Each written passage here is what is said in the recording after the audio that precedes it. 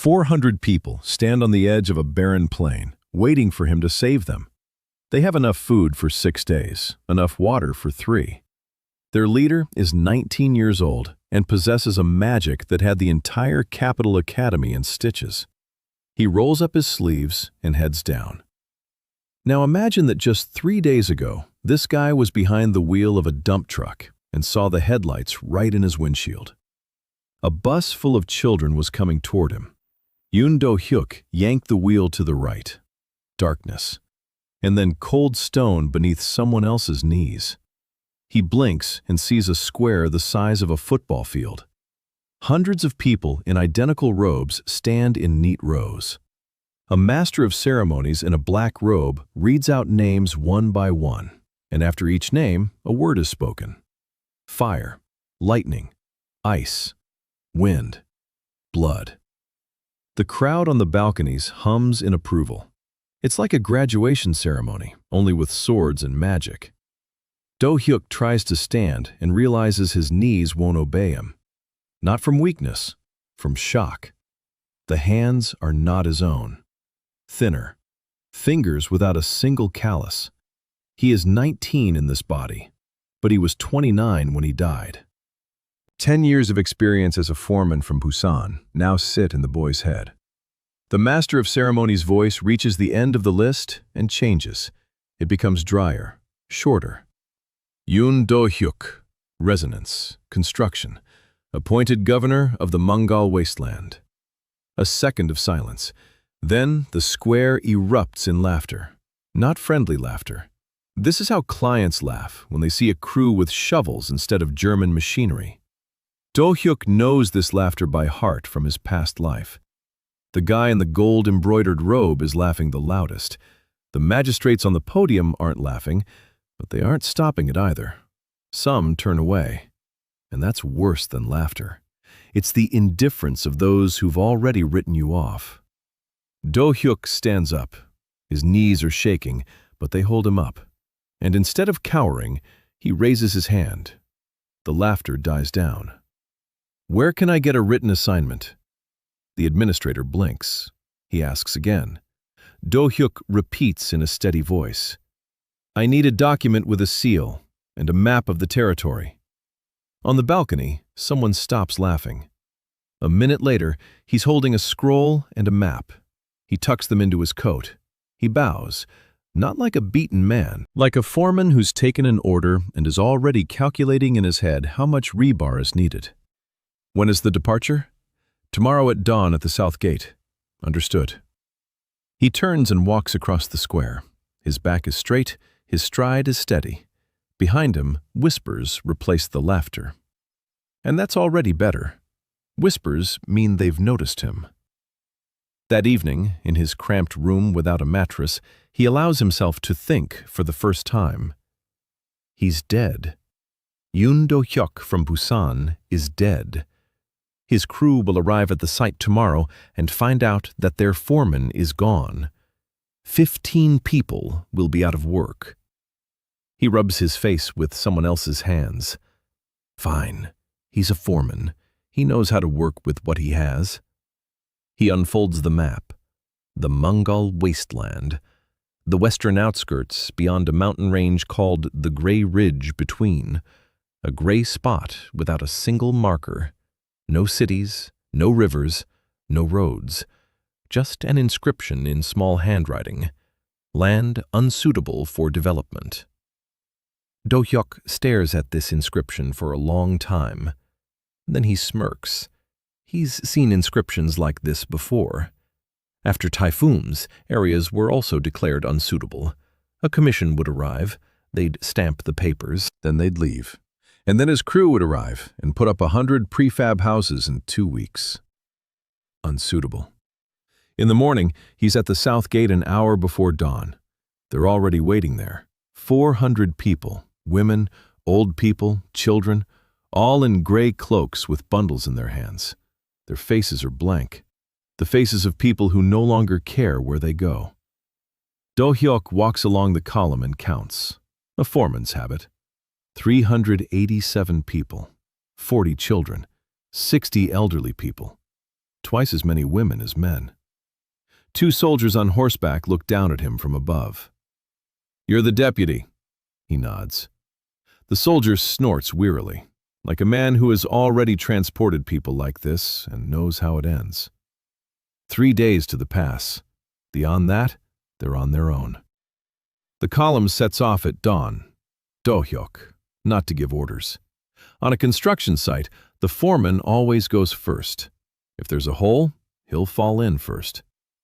It rains 2 days out of 3. The road turns to mud.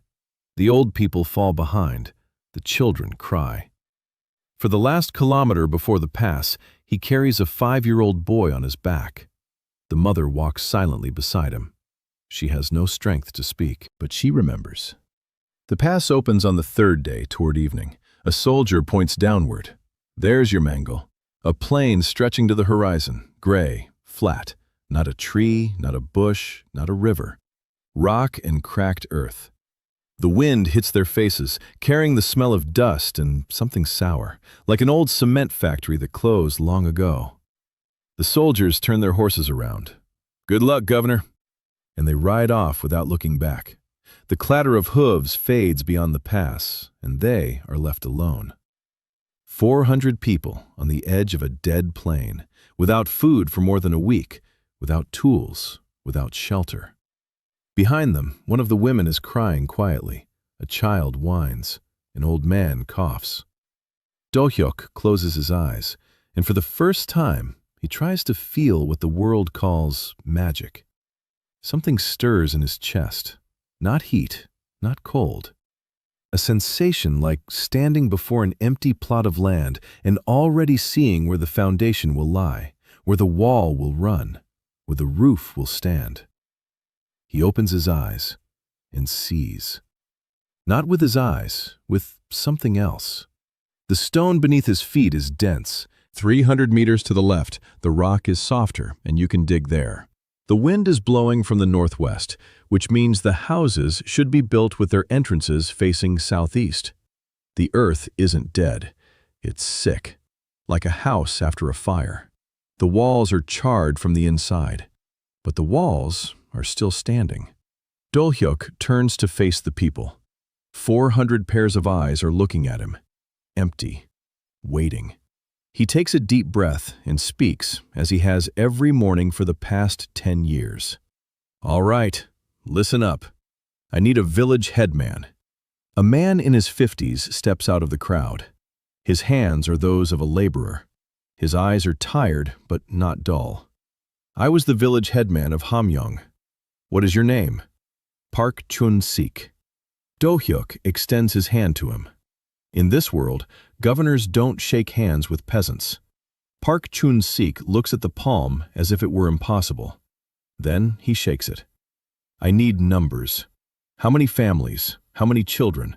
How many elderly? Who is sick? How much food and water? Are there any masons, carpenters, or blacksmiths?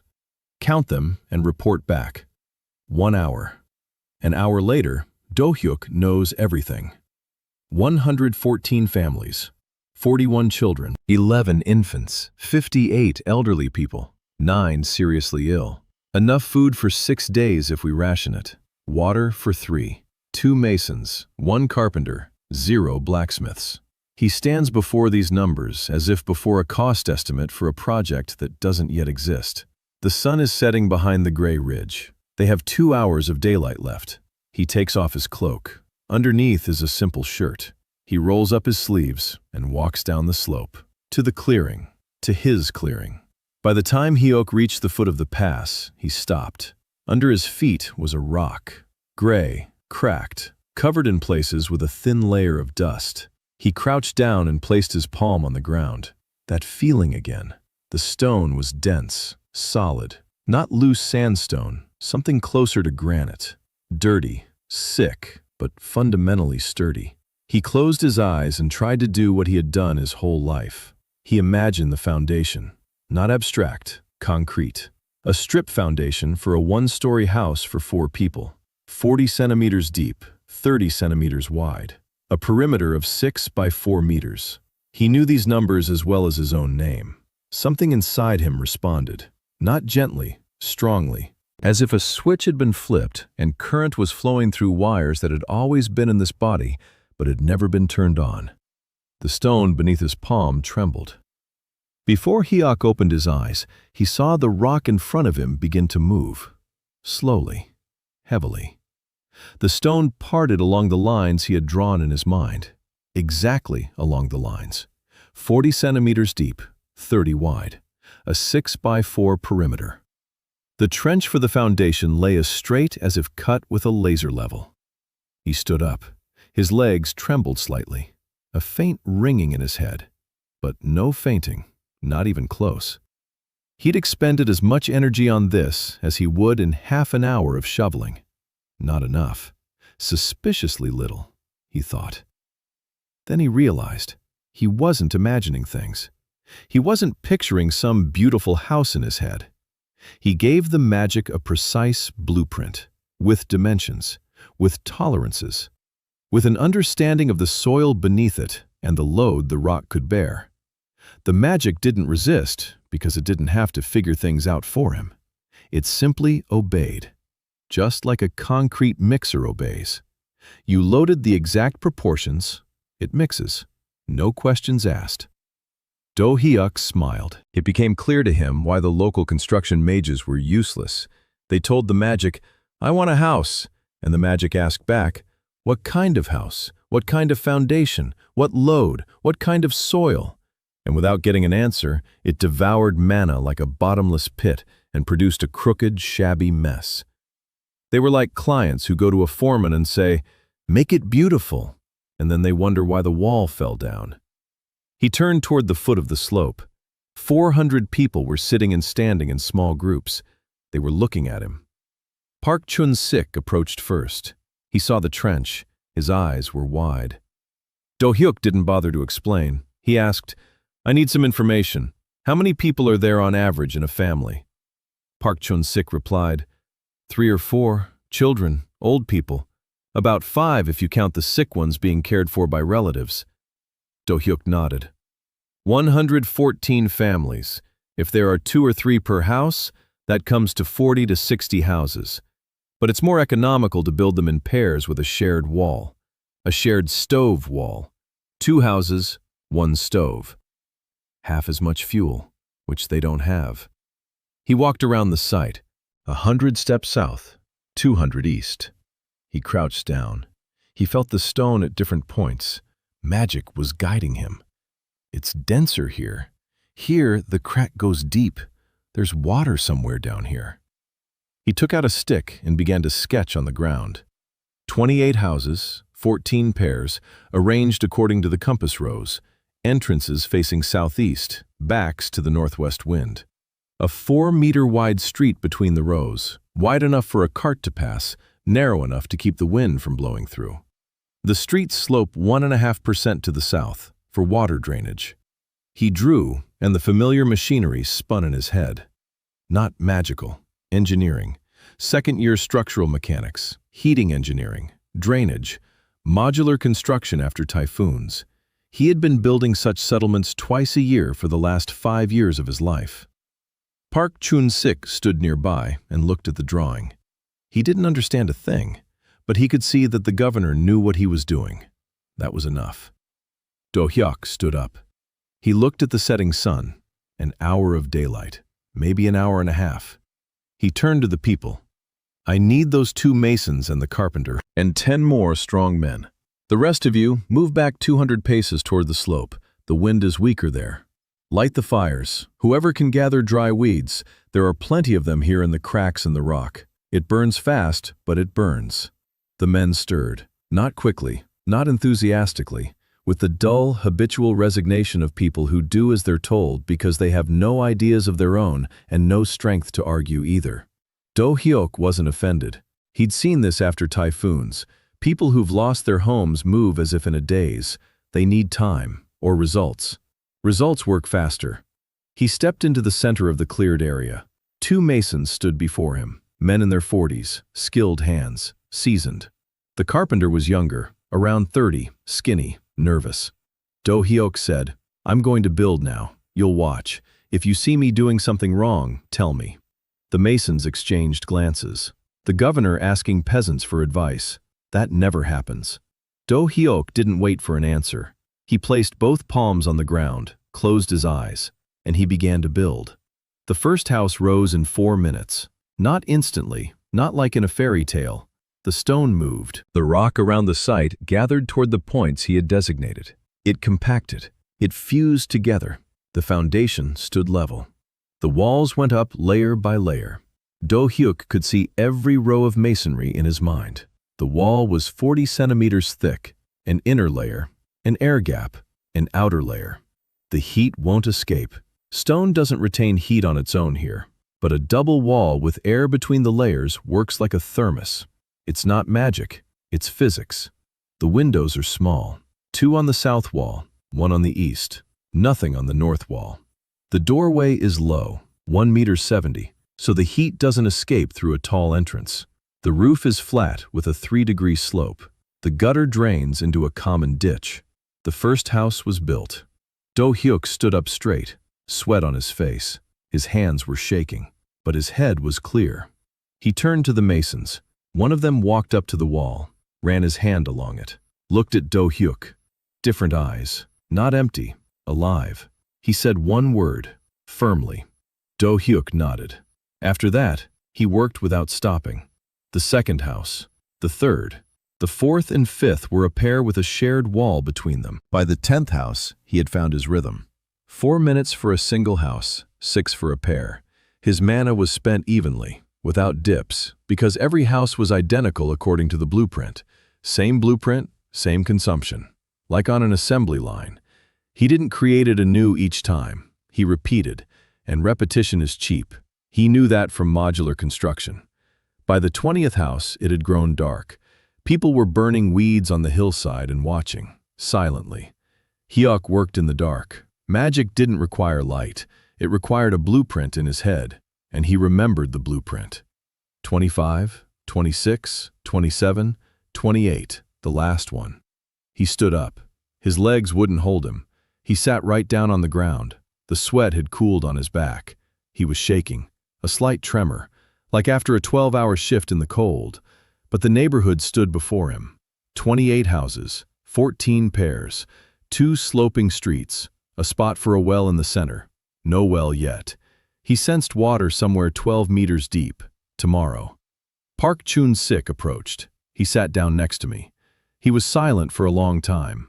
Then he said, "I was a village head for 30 years. I've seen how magicians build. They put up a wall and collapse from exhaustion. Just one wall. You've built 28 houses." Do Hyuk shook his head.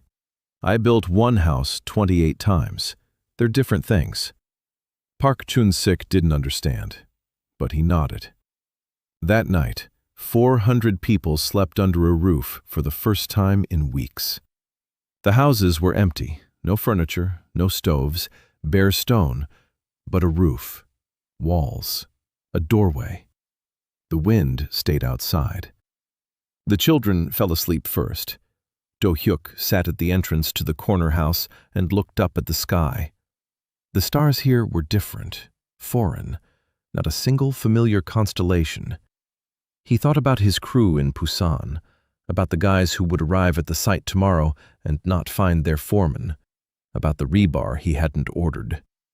Then he pushed the thought away. Not now. Right now, he had 400 men, 6 days' worth of food, no water except what they'd brought with them, no stoves, no fuel except weeds that burn up in a minute. And it was a 3-day trek over the pass to the nearest town. He began to calculate.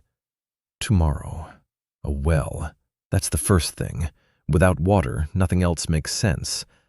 Then stoves. Stone can be baked into brick-like blocks and used to build a hearth.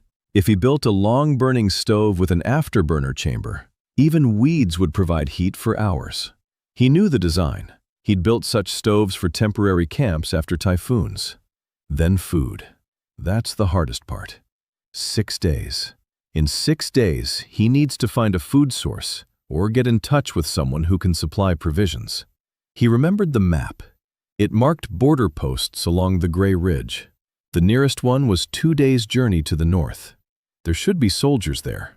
Soldiers need things. The question was what he could offer. He looked at the walls of the nearby house. Stone. He had stone and hands that knew how to work with it. That was already something. He closed his eyes, fell asleep sitting up, just as he had fallen asleep 1,000 times on the construction site. Back against the wall, hands on his knees.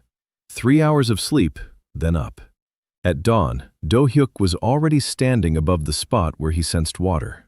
12 meters down. Too deep for digging by hand. Perfect for magic. He placed his palms on the stone and began to work. The principle was the same. Not fantasy, but a blueprint. A well shaft, 1 meter 20 in diameter. Reinforced walls. The rock compacts in a circle, forming a stone tube that won't crumble. He dug the shaft layer by layer. 1 meter, 2, 5. At 8 meters, the rock changed. It became wetter. At 10, dampness appeared. At 12, water gushed out. Not the salty, murky sludge the map had warned about. Normal, cool, with a mineral taste, but drinkable. By then, Hyuk understood why. He hadn't just dug a hole. He had compacted the walls of the shaft. Magic had compressed the rock so that the mud and salt remained outside. The walls of the well acted as a filter. He hadn't planned it. It happened out of a habit of doing things right. The water rose to a level of 8 meters, enough to draw it up with a bucket on a rope. No bucket, no rope. He looked around. He asked Park Chun-sik if anyone had brought a rope. They found 3 ropes with a total length of 20 meters. They made a bucket out of a cloak, stuffed with stones for weight and tied in a knot. It was ugly, but the first batch of water was brought up 10 minutes later. Park Chun-sik tasted it first. His expression changed. He passed the water to the old woman next to him. The old woman drank for a long time. Then she sat down and closed her eyes. Do Hyuk didn't look. He walked on. The furnaces. He knew the design by heart. A long burning furnace with an afterburner chamber. The principle was simple. The primary chamber for loading fuel. A narrow passage to the secondary chamber where the gases burn out. The draft is regulated by a damper. The body is massive, made of solid stone. It accumulates heat and gives it off for hours after the fire has gone out. You can burn anything in it. Weeds, dry grass, dung, even bones if there's nothing else. He installed the stoves in pairs, 1 stove for every 2 houses. The shared wall between the houses served as the stove wall. The heat flowed in both directions. Each pair of stoves heated 2 houses simultaneously. By noon, 14 stoves were in place. People had gathered weeds. The first stove was lit in house number 3, where a family with an infant lived. Do Hyuk personally checked the draft. He pushed the damper back 1/3 of the way. The flame settled. The weeds smoldered slowly. The heat went into the wall. The woman, holding the child in her arms, pressed her back against the warm stone and froze. She hadn't fallen asleep. She had frozen. Like a person who had forgotten what warmth felt like and then remembered. Do Hyuk went outside. He took stock. There was a well. There are stoves. There are houses. 5 days' worth of food. He called over Park Chun-sik. I need a man who walks fast, sturdy, not talkative. Park Chun-sik brought over a guy of about 22, lean, long legs, wary eyes, a former farmhand named Kwon Tae-so. Do Hyuk explained, 2 days' walk north is a border post. There are soldiers there. They're cold in the winter. I can build them a barracks that doesn't let the wind through, or a bathhouse, or both. You'll go to them and propose a trade. My work for their provisions, grains, salt, whatever they give. Kwon Tae-so looked at him with suspicion. Do Hyuk added, if they refuse, no big deal. You'll come back and tell me. If they agree, let them come and see for themselves. Kwon Tae-so left that very hour. Do Hyuk watched him go and thought. 5 days' worth of food, 4 days round trip for Kwon Tae-so, a day's reserve, in case the border guards refuse or get delayed. No, you can't put all your eggs in one basket. He turned to Park Chun-sik. What grows here? Anything. Weeds, lichen, insects, anything edible. Park Chun-sik thought for a moment. He called over 2 women, one from the southern province, the other from the coast. Both were among those who knew which routes wouldn't kill you. The three of them set off to survey the surroundings. They returned by evening.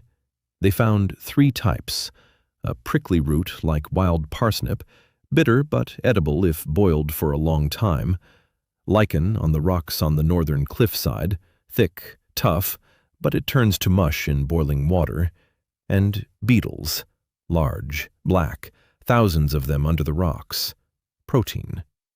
Do Hyuk listened. He nodded. He organized 3 gathering groups: roots, lichen, beetles. Not for gourmets, for survival. In the evening, in a communal cauldron he'd built out of stones in 10 minutes, a brown mass of everything listed was cooking. It tasted disgusting, but it was hot and filling. People ate in silence. Do Hyuk ate along with everyone else, from the same cauldron, with the same ladle. Park Chum-sik sat nearby and watched. In this world, governors don't eat from the communal pot. This one did. On the morning of the 4th day, he noticed something strange. A boy of about 8 stood by the wall of a corner house and touched it with his palm. Do Hyuk approached. The boy turned around, looking frightened. Then he pointed at the wall and said, "It's warm." Do Hyuk nodded. "There's a stove on that side. The heat is coming through the wall." The boy shook his head. "No, there's no stove here. This is the outer wall of the corner house." Do Hyuk frowned. He walked over. He placed his palm on the stone. Warm, not from the stove, from somewhere inside, as if the stone itself is giving off heat. He looked closely. The magic of construction revealed the wall's structure to him, and he saw it. The rock he had compacted during construction had created a lattice inside the wall, micro cracks filled with air. The air circulates slowly. The stone accumulates the day's heat. At night, it gives it off. He hadn't planned this. The magic did it on its own. Because when he built this house, he was thinking of a family with 3 children who would live here. And the magic hurt him. Grounding to people, that's what it is. Do Hyuk stood in front of the wall and thought.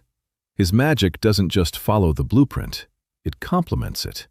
If he builds not for an abstract resident, but for a specific person, the magic adds what that particular person needs, even if he hadn't thought of it himself. That changed everything. It meant that every house here stands stronger and functions better than any building he had built in his past life. Because here, every house bears the name of the person for whom it was built. He took his hand off the wall. The boy was still watching. Do Hyuk asked, "What's your name?" "Ho Jin-soo." Do Hyuk nodded. He remembered. On the evening of the 5th day, Kwon Tae-so returned. He wasn't alone. 4 border guards on horseback had come with him. The senior officer, a sergeant, about 40 years old, a weather-beaten face, hands covered in scars. He stopped his horse at the entrance to the neighborhood and froze. He looked at the houses, at the street, at the well, at the smoke rising from the stoves. Then he looked at Do Hyuk. 5 days ago, this place was a wasteland. Do Hyuk nodded. The sergeant dismounted. He walked down the street. He touched the wall. He peered into a house. He came out. He walked right up to Do Hyuk. The man said, "You can build a bathhouse." Do Hyuk nodded. A bathhouse. Barracks. A wall around the outpost. A smithy. Whatever is needed. The sergeant looked him in the eyes for a long time. Then he turned to his men and said 2 words. Unload. 4 sacks were taken off the horses. Grains, salt, dried meat, dried beans. Enough for 3 weeks for 400 men. Do Hyuk didn't let on that his hands were shaking. He asked calmly, "When would it be convenient for me to come to the outpost?" The sergeant replied, "In 10 days. I'll send men with supplies. You'll come and set up." Do Hyuk held out his hand. The sergeant looked at it. In this world, soldiers don't shake hands with exiles. He shook it. The border guards left. Do Hyuk stood on a street that hadn't existed a week ago. Surrounding him was a neighborhood of 28 houses with stoves and a well. He had food for 3 weeks, a trade connection with the border guards, and a boy named Ho Jin-soo who knows that walls can be warm. At night, someone approached his house.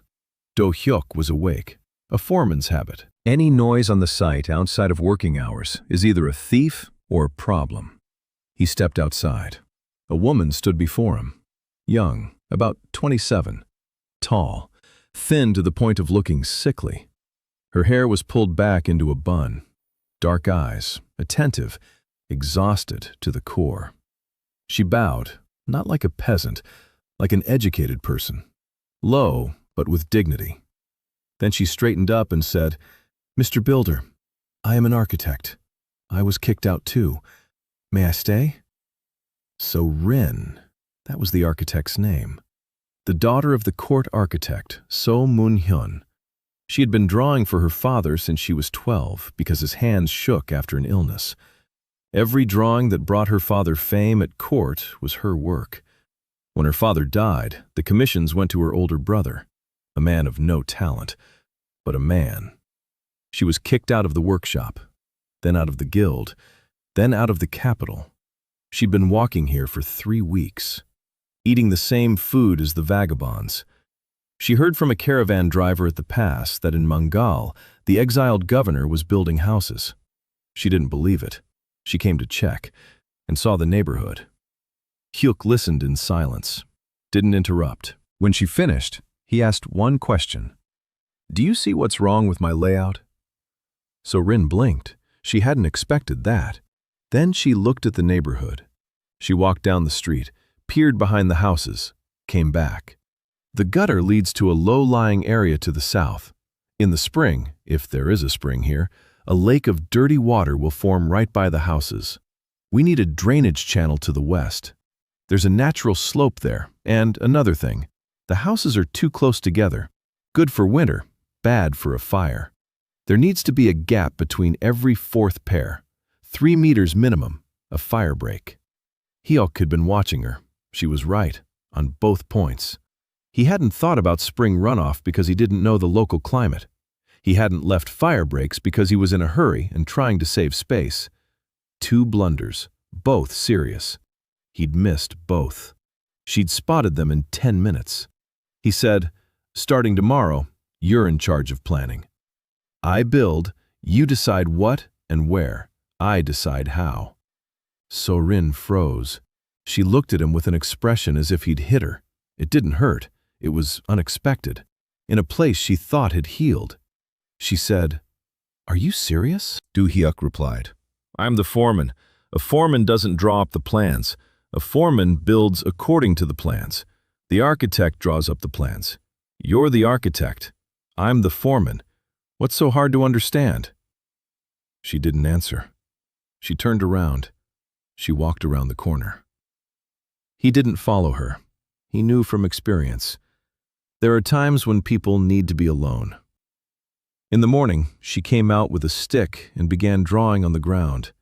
A drainage channel, fire breaks, an expanded layout in case the population grows, areas for future expansion, a spot for a warehouse, a spot for a smithy that doesn't exist yet, a spot for something she labeled with a single character, a school. Do Hyuk looked at her drawing and, for the first time in 6 days in this world, felt something resembling peace. He wasn't alone. There was an expert right there. They worked all day. Do Hyuk rebuilt the drainage system according to her plan. He carved the channel in the stone. He diverted the water westward. So Rin stood nearby and made adjustments as they went. "Deeper here. It's already here. The turn needs to be smoother, otherwise it'll get clogged." They argued 3 times about the slope, about the width of the channel, about the discharge point. Each time, one of them turned out to be right, not always the same one. By evening, the channel was ready. The fire breaks were in place. The neighborhood looked different. Not just a cluster of houses, a settlement, with logic, with a system. Rin sat by the wall and drew a plan of the next block on the ground with a stick, in case more people came. Hyuk sat down next to her. He asked, "What do you know about Mangal?" Sorin knew more than he did. 200 years ago, there was a war here. The demonic horde came from the west. The Imperial Army met it on these plains.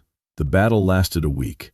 In the end, someone or something scorched the entire territory. The earth died, the stone baked, the water was poisoned. Since then, the wasteland has been considered cursed. Exiles, convicts, refugees with nowhere else to go. Everyone the Empire wanted to get rid of was sent here. No one stayed longer than a year, until Hyuk listened. He thought, the earth isn't dead, it's sick. He'd already seen it. The stone is strong. There's water if you dig right, soil. He looked at the ground between the houses, a thin layer of dust on top of the rock. Not soil, dust. But dust is broken rock, and broken rock is minerals.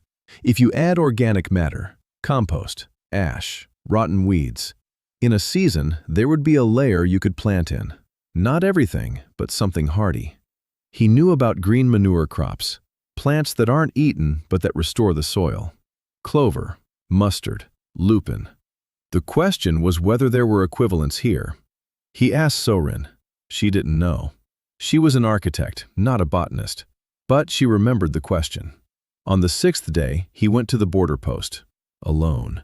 Sorin stayed behind in charge. Park Chun-sik was with her. 2 days there, 2 back. The post turned out to be pitiful. A wooden palisade, 3 barracks, leaky roofs, no stoves, fires in pits. 20 soldiers. Sergeant Hwang Do-ho, the very same one who had come. He met Do Hyuk at the gate. No formalities. Showed him what was needed. Everything was needed. Do Hyuk worked for 2 days without sleep. He built a wall around the post, a stone one, 3 meters high, with loopholes. He rebuilt the barracks, stone walls, double-walled, with an air gap. Sloped roofs for drainage. Stoves, 3 of them, long burning. A bathhouse, a small one, for 10 people, with a stone water tank and a stove beneath it. Hot water. For the first time in 3 years of service at this post. When he finished, Hwang Do-po stood in the middle of the new courtyard and said nothing. His men were touching the walls, peering into the bathhouse. One of the soldiers, a young guy, he opened the stove damper and stared at the fire like a child. Do Hyuk sat on a crate by the gate and waited. Hwang Do-po approached, sat down beside him, was silent for a long time. Then he said, "Governor, I've served on the border for 20 years. No one has ever done anything for us. The capital sends our pay once every 6 months. Sometimes they don't. Supplies get stolen along the way. We repaired the barracks ourselves. That's bad, because we're soldiers, not builders." Do Hyuk replied, "I'm a builder, not a soldier. That's why I need soldiers." Hwang Do-po looked at him. Do Hyuk continued, "I'm not asking you to break your oath. I'm asking you not to drive away with spears those who come to the pass.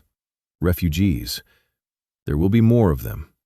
Winter is coming, and the southern provinces are starving. They'll come here because they have nowhere else to go. Let them through. I'll accept them." Hwang Do-po was silent for a very long time. It wasn't a simple matter. The order from the capital was clear. Do not let refugees into Mangal. The wasteland is closed. But the order was written by an official who had never seen a woman with a child standing before spears, begging to be let through. But Hwang Do-po had seen it, many times. He said, "My men patrol the pass every other day, once every 2 days." Do Hyuk nodded. He understood. On the days when there's no patrol, the pass is open, unofficially, without orders, without documents. Just the patrol schedule, which you can find out if you know who to ask.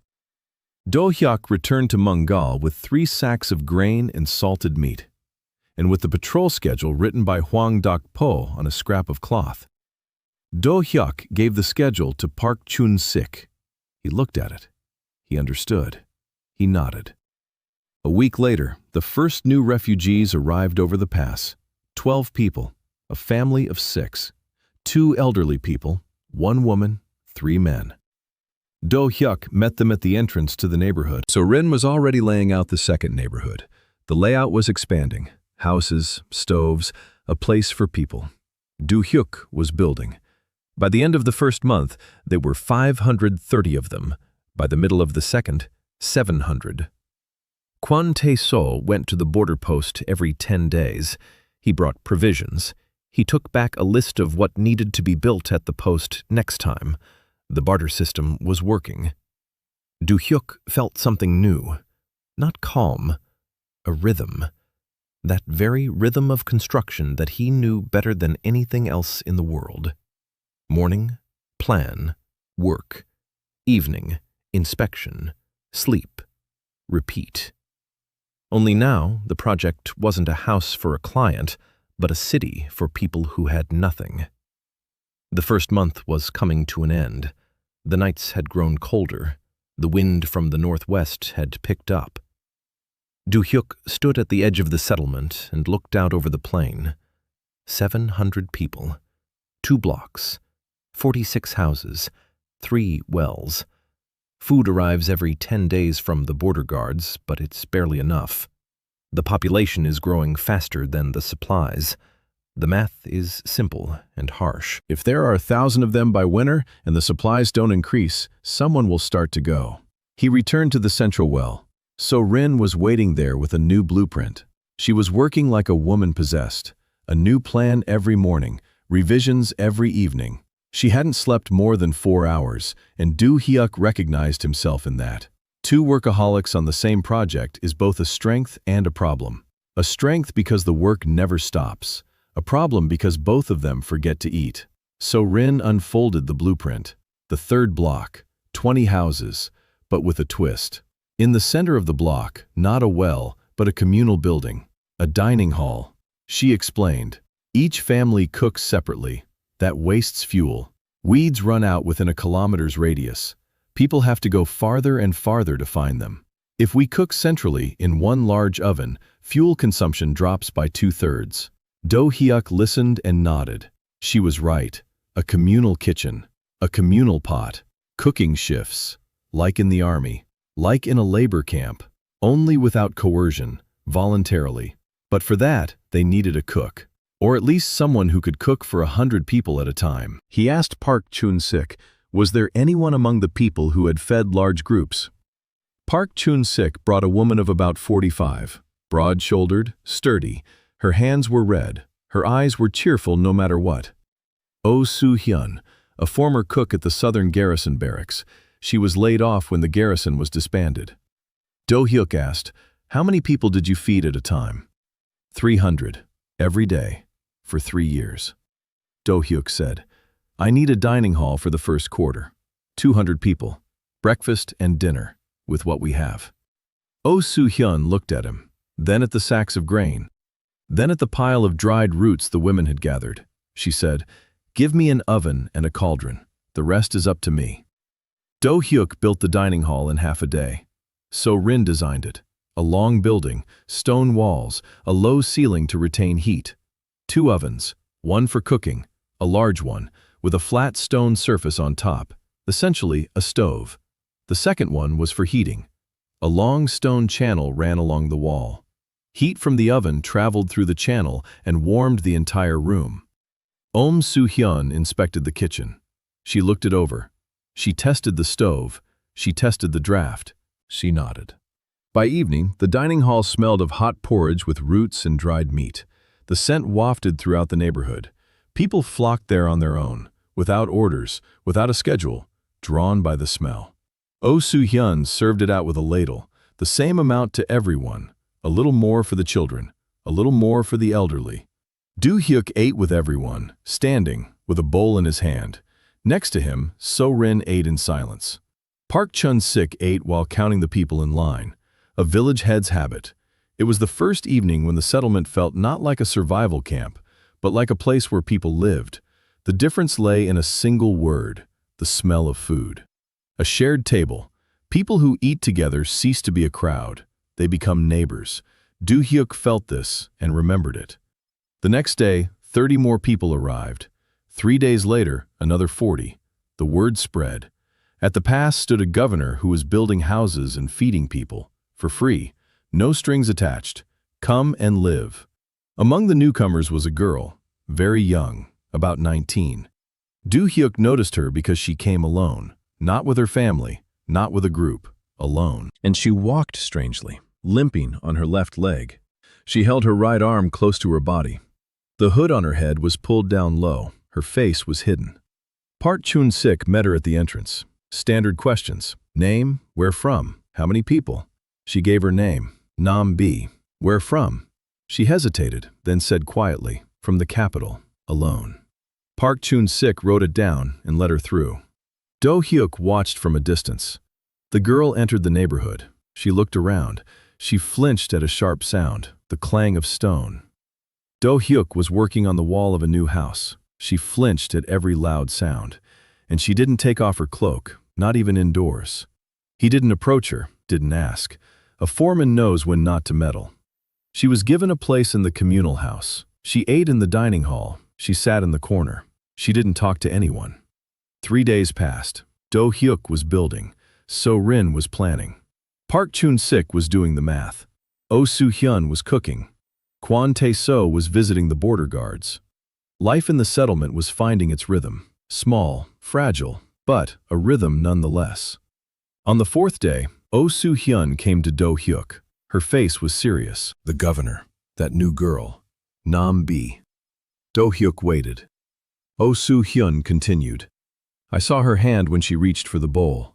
A burn, severe, up to her elbow, and more, under her cloak. She fell silent. Then she said cautiously, she has ears, not human ones. Do Hyuk paused. A beast human. He had heard that word before. Park Chun-sik had told him. In the Empire, beast humans are considered half animals. They are hunted, sold, used for entertainment. The girl had run away from somewhere. A burn on her arm. Ears she hides. Do Hyuk didn't think twice. He found So Rin. Pointed to a spot on the map just off the 2nd block. I need a house here. So Rin looked. It's a bit far from the others. Why? Do Hyuk explained. For Nam B. She has sensitive hearing. If she's a beast girl and not just looks like one, then the sounds of construction and people are like a constant scream to her. She doesn't sleep. That's why she sits in the corner. That's why she flinches. She needs a house out of the way. Not because she's different, because she needs silence. So Rin looked at him. Then she nodded. She made a correction to the blueprint. By evening, the house was ready. Small, for one person. The walls are thicker than usual, double-layered, with a layer of compacted dust between them, soundproofing. 2 windows, one facing east for the morning sun, one facing south. Small, so she can see people, but from a distance. Its own stove. The door was solid, no cracks. By the time Hyuk finished building this house, he felt the magic respond more strongly than usual.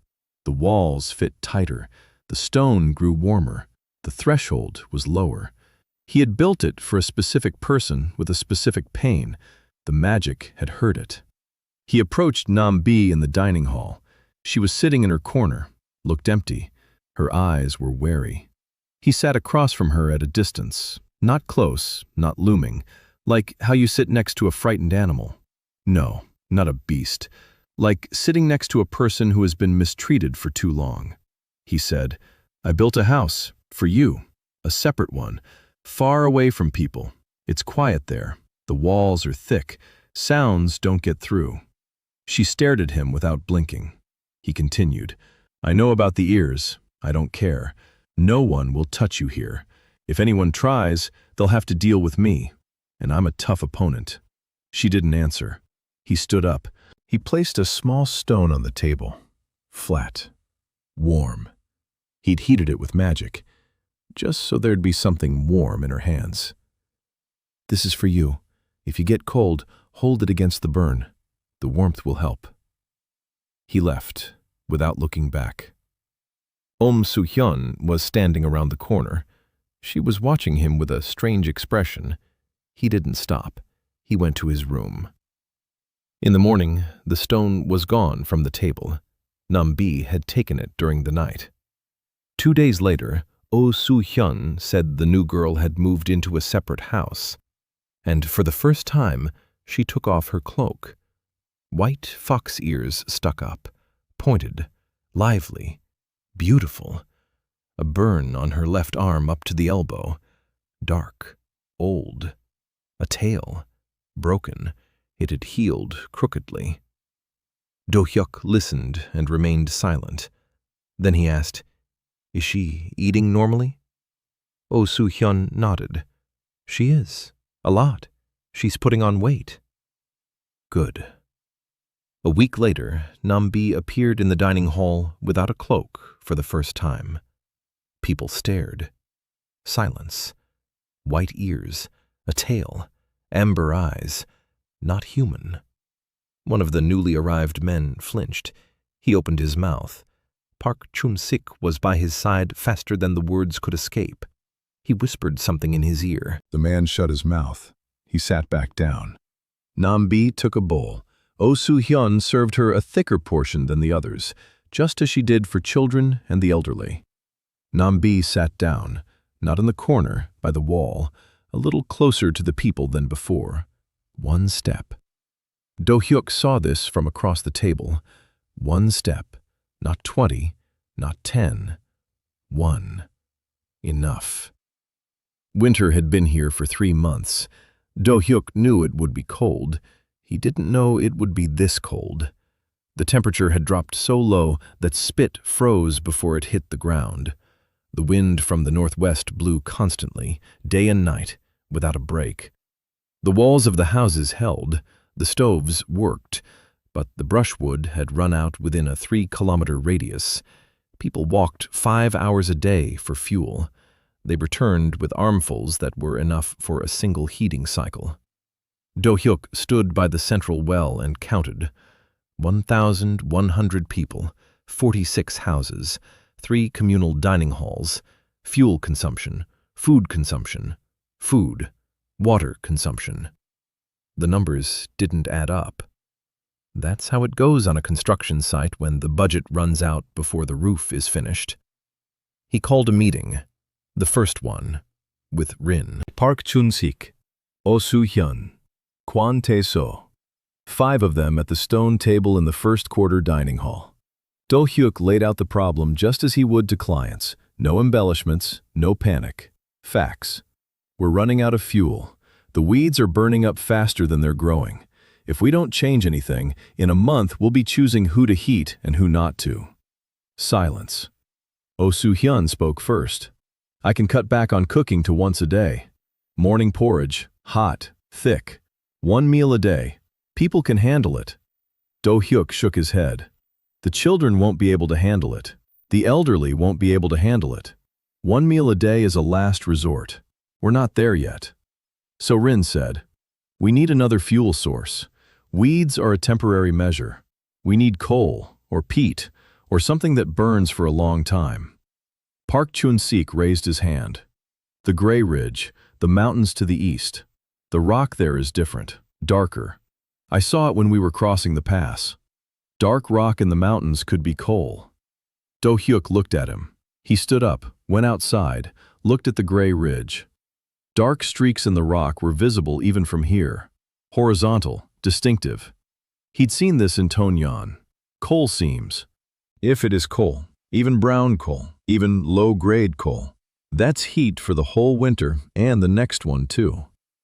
The next morning he went to the ridge, alone. So Rin wanted to go with him, but he asked her to stay.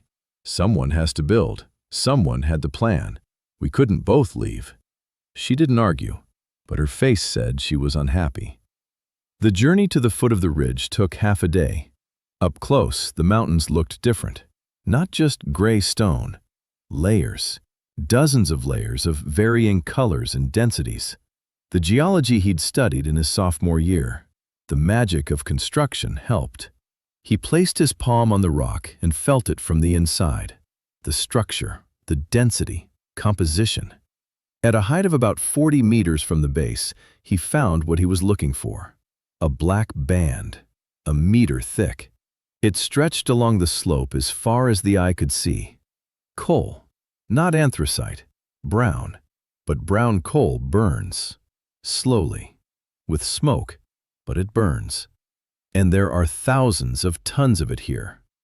He returned in the evening. He gathered the same 5 men, plus 2 masons who had been working with him since day 1. He explained, "Coal, in the mountains. We need a mine. Not a deep one, a tunnel into the mountainside along the seam. Horizontal, safer than vertical. We need people who aren't afraid of tight spaces. We need tools, pickaxes, shovels, carts. We have no tools." Hyuk went outside.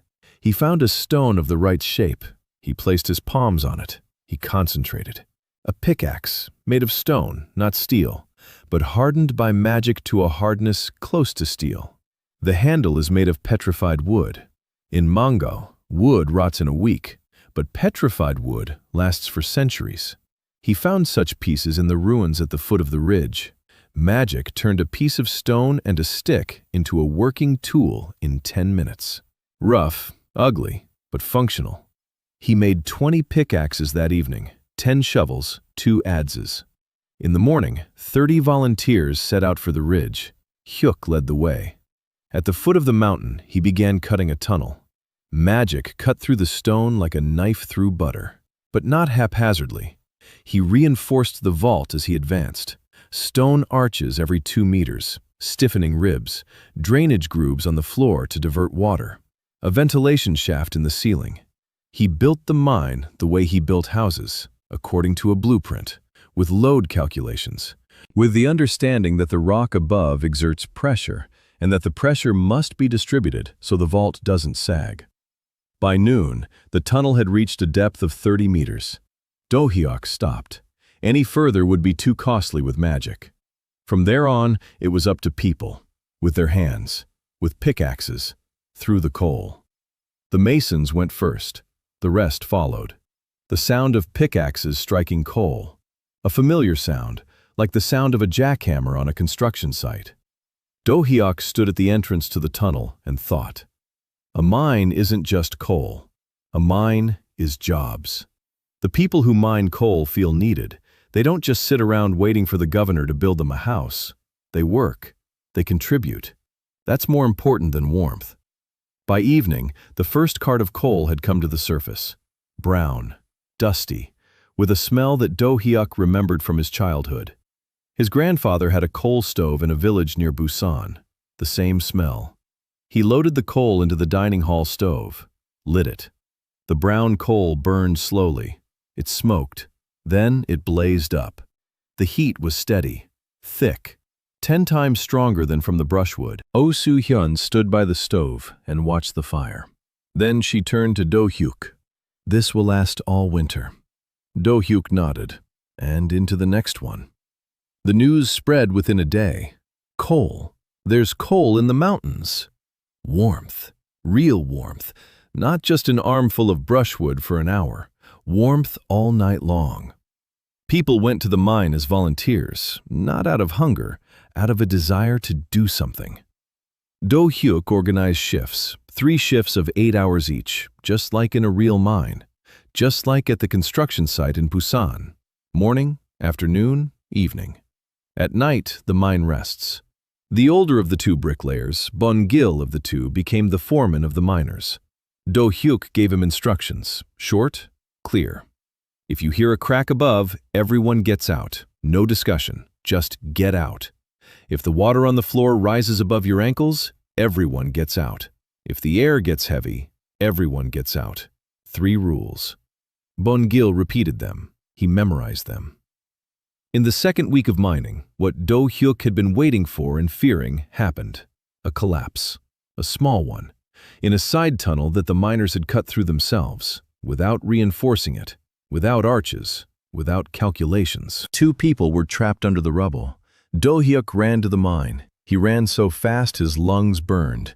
His magic sensed the rock. 2 bodies under the rubble, alive. He didn't start digging with his hands. He placed his palms on the rubble and commanded the stone to part. The stone obeyed, slowly, with difficulty. Two men crawled out from under the debris, one with a broken arm, the other in shock, but unharmed. Do Hyuk pulled them out into the light. He sat them down. He was silent for a minute.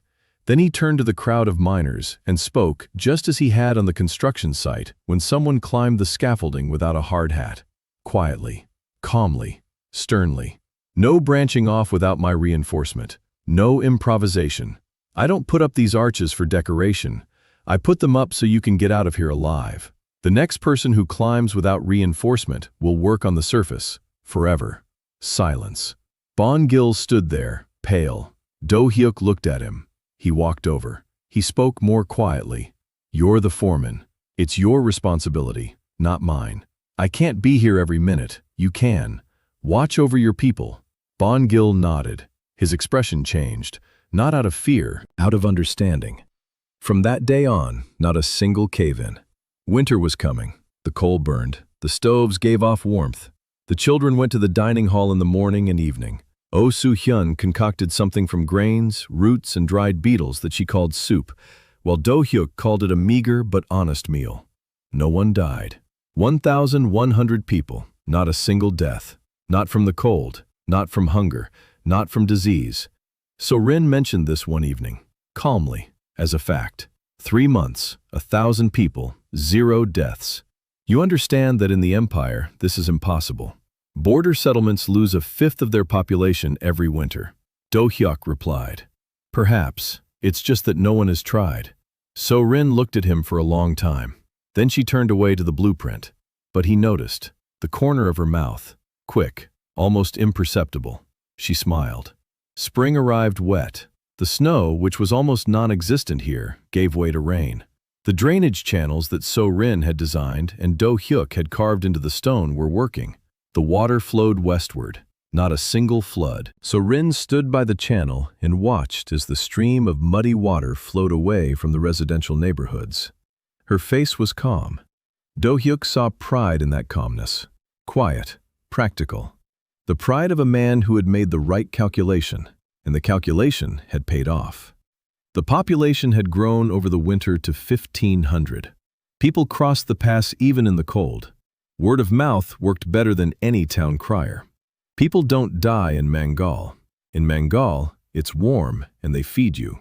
Some arrived half dead, frostbitten, starving to the point where a person stops feeling hunger and just keeps walking. Oh Soo-hyun met such people in the dining hall. Warm porridge, hot water, a quiet voice. She did this better than anyone, without words, without questions. A bowl, a spoon, eat. Spring brought a new problem. Food. Bartering with the border guards had saved them in the winter, but it couldn't feed 1,500 people forever.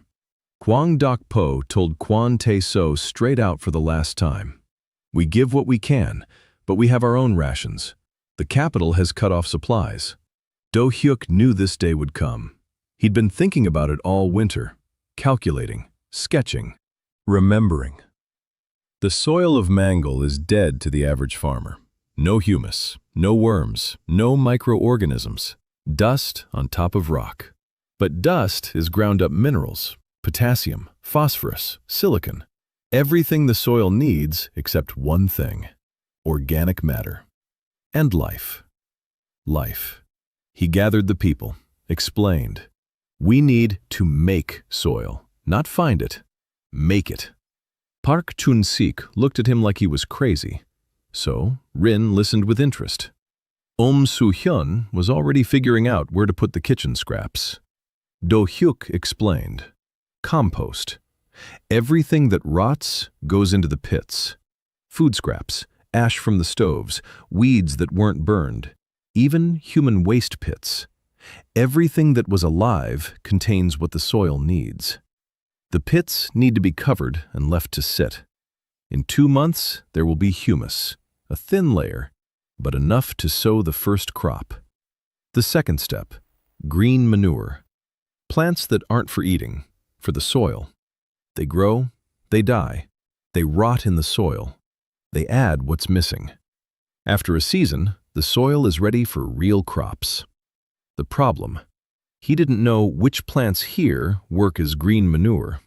He needed a botanist, or at least a farmer who knew the local plants. Park Chun-sik found 3. An old man from the southern province, a woman from a mountain village, a young man who had worked as a laborer in the fields of a noble family and knew every weed by sight. Do Hyuk worked with them for 3 days. He asked them questions. Which grasses grow first on burnt-out fields? Which weeds return after a flood? What grows on rocks? What grows in the shade? The information came together like a mosaic. A local grass with a sour smell that livestock won't eat. It grew on burnt-out fields, so it's a pioneer species, so it can grow in poor soil, so it's a green manure crop. Lichen from northern rocks. It decomposes slowly but yields organic. A root that women gathered in winter. If not dug up completely, it regrows quickly. So aggressive growth. So biomass. By then, Hyuk had drawn up a plan. 20 plots of 100 square meters each, compost pits along the perimeter, sowing wild grass for the first season, plow it up in the fall, return everything that grew back to the soil. In winter, spread the compost from the pits onto the plots. Next spring, sow something edible. A year. It takes a year for the soil to start yielding. A year on just supplies and forage. He stood before the first plot. Dusty gray earth, rock beneath a thin layer. He placed his palms on it. The magic of construction didn't work as he'd expected. He asked the rock to part, to loosen up, to make room for roots. The rock obeyed. The top layer of rock crumbled into fine dust. Not soil, but a foundation, a substrate. Add humus and you'll have soil. He prepared 20 plots in 2 days. Compost pits were dug. Wild grass was sown. Now it was time to wait. Hyuk used to hate waiting. He was a man of action. Build a wall, lay a roof. The result is visible immediately. But the earth requires patience, which he lacks. Yet he waited, because 1,500 people were waiting with him. In the 3rd week of spring, a caravan arrived at the settlement, not over the pass, from the west, from the steppes beyond Mangal. 5 wagons, 20 people, shaggy, short horses, steppe people, nomads. Do Hyuk went out to meet them. Lee Na. No, Lee Na hadn't arrived yet. Park Chun-sik stood beside him, Kwon Tae-so behind him. Their only weapons were stone pickaxes. The caravan leader dismounted, short, broad. His face was like tanned leather. His eyes were narrow, cheerful. He surveyed the settlement. Houses, walls, smoke from the ovens, a well, a paved street. Then he looked at Do Hyuk. He said in broken Imperial that he had heard of a wondrous governor who builds cities in the wilderness and wants to trade. Do Hyuk asked, "What do you have?" The caravan leader showed him leather, wool, dried horse meat, kumis, salt. Quite a lot. The steppe people were richer than expected. Do Hyuk asked what the caravan leader needed. The caravan leader answered without hesitation, shelter, a winter camp, a place where the caravan could stay for a month and wait out the storm. Every winter they lost people and livestock. They needed walls. But they didn't know how to build. Nomads. Do Hyuk looked at So-rin. So-rin was already sketching. A caravanserai, a long building along the southern wall of the settlement, stalls for horses, rooms for people, a communal stove, a covered courtyard where they can unload the wagons sheltered from the wind. Do Hyuk built the caravanserai in a day. The caravan leader walked through it and felt the walls. Then he returned to Do Hyuk. He sat down across from him. He took a leather pouch from his bosom. He poured it onto the table. Seeds, small, dark, different. This is steppe millet. It grows on rock. It grows on sand. It grows where nothing else grows. Not tasty, but filling. Horses eat it. People eat it when they're hungry. Do Hyuk picked up a seed, rolled it between his fingers. Small, hard, resilient. He looked at the caravan driver. "How much?" The caravan driver smiled. Free, for the house. Do Hyuk smirked. Barter. Always barter. Money was invented by those who don't know how to build. The seeds went into the prepared plots the next day. Do Hyuk wasn't sure that steppe millet would grow here. Mangal soil is different. Sick. But if the caravan driver is right and millet grows anywhere, maybe. He stood over the plot. Gray earth. Compost around the edges. A thin layer of humus. Seeds inside. Wait. Wait again. He hated waiting. 10 days later, sprouts emerged from the ground. Thin. Pale. But alive. The first thing to grow on Mangal's dead soil in 200 years. Park Chun-sik stood over the sprout and said nothing. Then he sat down on the ground. Just sat down. He was a farmer. He had grown rice for 30 years. He lost everything. He came here to die. And now a sprout. On dead soil. Do Hyuk placed a hand on his shoulder. He said nothing.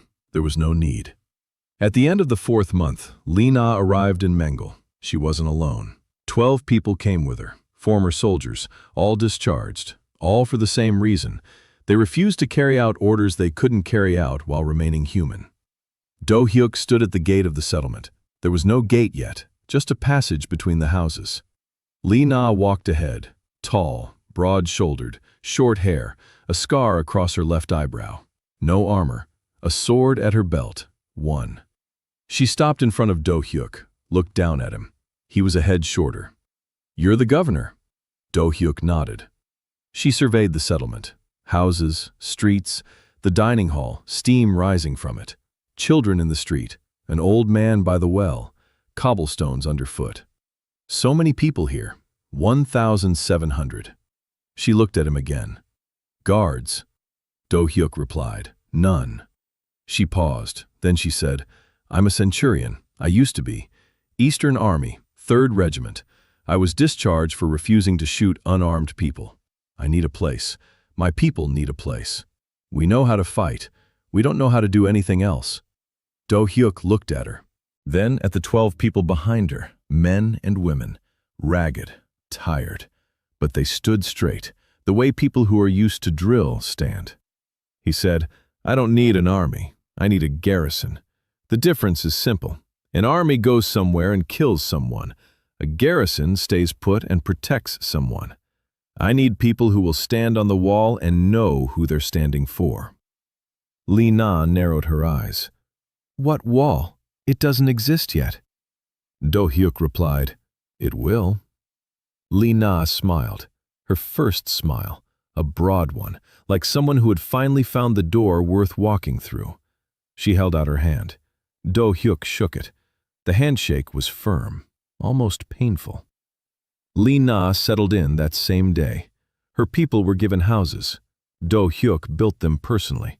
For the soldiers, sturdier than usual, with a place for weapons, with a window facing outward, toward the settlement's border. Not because they were sentries, because soldiers sleep more peacefully when they can see the approach. Lina went into her house. She looked around. She came out. She looked at Do Hyuk. "The window faces the right direction. You understand," Do Hyuk replied. "I had a squad, 15 men. I knew how each one slept." Lina didn't answer, but something in her eyes had changed. During the first week, she walked around the settlement 3 times. She found 27 vulnerable spots, places where the enemy could approach unnoticed, lines of fire, dead zones. She reported to Do Hyuk that evening, clearly, point by point, just as one reports to a commander. Do Hyuk listened, nodded, then said, "We need a wall." So Rin had already drawn up the plans. She'd been waiting for this conversation since the first month. The blueprint lay on the table in the dining hall, a wall around the settlement. Not just around the neighborhoods, around the entire territory, including the fields and the mine.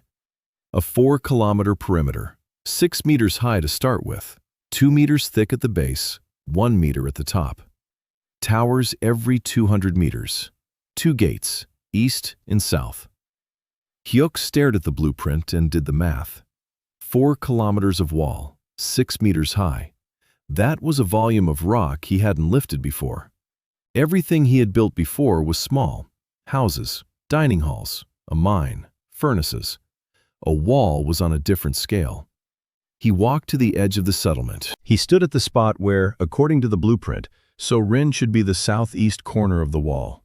He placed his palms on the ground. He closed his eyes. He imagined. The foundation, 3 meters deep, stone compacted to maximum density. On top of it, the wall, 2 meters thick, layered. The outer layer made of the hardest stone, the inner layer softer. Between them, rubble and air. A blow from the outside is absorbed by the outer layer. If it breaks through, it gets stuck in the middle. The inner layer holds the entire structure together. He began to build. The stone went in, slower than with the houses, heavier. A wall is not a house. He builds a house for people, a wall. For whom is the wall? He stopped, thought, remembered. For Grandma Soyeon from house number 3, whose knees are bad and she can't walk more than 60 steps from the well. If the enemy comes, she won't run away. The wall is for her. The magic responded. The stone moved faster, denser, more confidently. In an hour, he had built a section 30 meters long, 6 meters high, smooth, sturdy, beautiful. He stood up straight, sweat on his face. His hands were shaking, but not as much as after 28 houses. He had grown stronger, or the magic had grown, or both. Lee Na stood at the foot of the wall and looked up. Then she tapped the stone with her fist. The sound was dull, solid. She turned around. This will withstand a battering ram. Do Hyuk replied. It'll withstand a battering ram and 2 tunneling attempts, if my calculations are correct. Lee Na looked at him. Then she laughed. Loudly, openly, like someone who hadn't laughed in a very long time and had forgotten how. The wall grew every day. Do Hyuk worked in sections, 30 meters a day, sometimes 40. So-rin adjusted the line as they went. Bend it out a little here to go around the mine entrance. Thicken it here because the soil is softer. Add a buttress here for stability. Lee Na walked along the growing wall and marked out positions. An observation post here. A platform for archers here. A ladder for a quick ascent here. Do Hyuk built everything they asked for. 3 women, an architect, a warrior, a builder. They worked as a team, like his team in Busan. Only instead of 15 men with shovels, 3 specialists, each an expert in their own field. By the 6th month, the wall was complete. 4 kilometers, 6 meters high, 2 gates, 12 towers. Do Hyuk stood on the eastern tower and looked down at the settlement from above. Neighborhoods, dining halls, a mine, fields with pale shoots of millet, wells, a caravanserai, the small house off to the side where Nam Bi lived, everything inside the wall, everything protected. Lee Na stood beside him, silently. Then she said, I need more people. 13 for 4 kilometers is nothing. Do Hyuk nodded. They'll come. They're coming. Every day. Lee Na looked down. Nam Bi was walking down the street. No cloak, ears up, tail tucked behind her. She was carrying a bowl from the dining hall. A boy was walking beside her. Ho Jin-soo, that very one. He was telling her something. Nam Bi was listening. Her head was tilted slightly. Her ear turned toward him. Lee Na watched this. Then she said quietly, That's worth standing on the wall for. Do Hyuk didn't answer, but he remembered. At the end of the 6th month, the settlement was given a name. It happened in the evening after Do Hyuk finished the street lighting system. Oil lamps on stone posts every 20 paces. He recalled the design from a drawing in his head. A simple wick lamp in a stone casing with a polished stone reflector behind the flame. The light was dim by the standards of his past life, brighter than a candle but dimmer than a light bulb.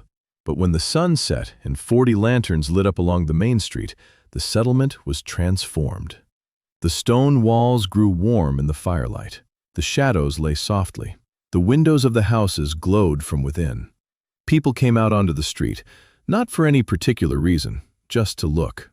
Children ran from lantern to lantern. An old man from the southern province sat on the stone bench that Do Hyuk had placed by the well a week ago and watched the light. Oh Soo-hyun stood in the doorway of the dining hall. She was wiping her hands. She was smiling. Park Chun-sik approached Do Hyuk. He was silent for a long time. Then he spoke. "Governor, the settlement has no name." Do Hyuk looked at him.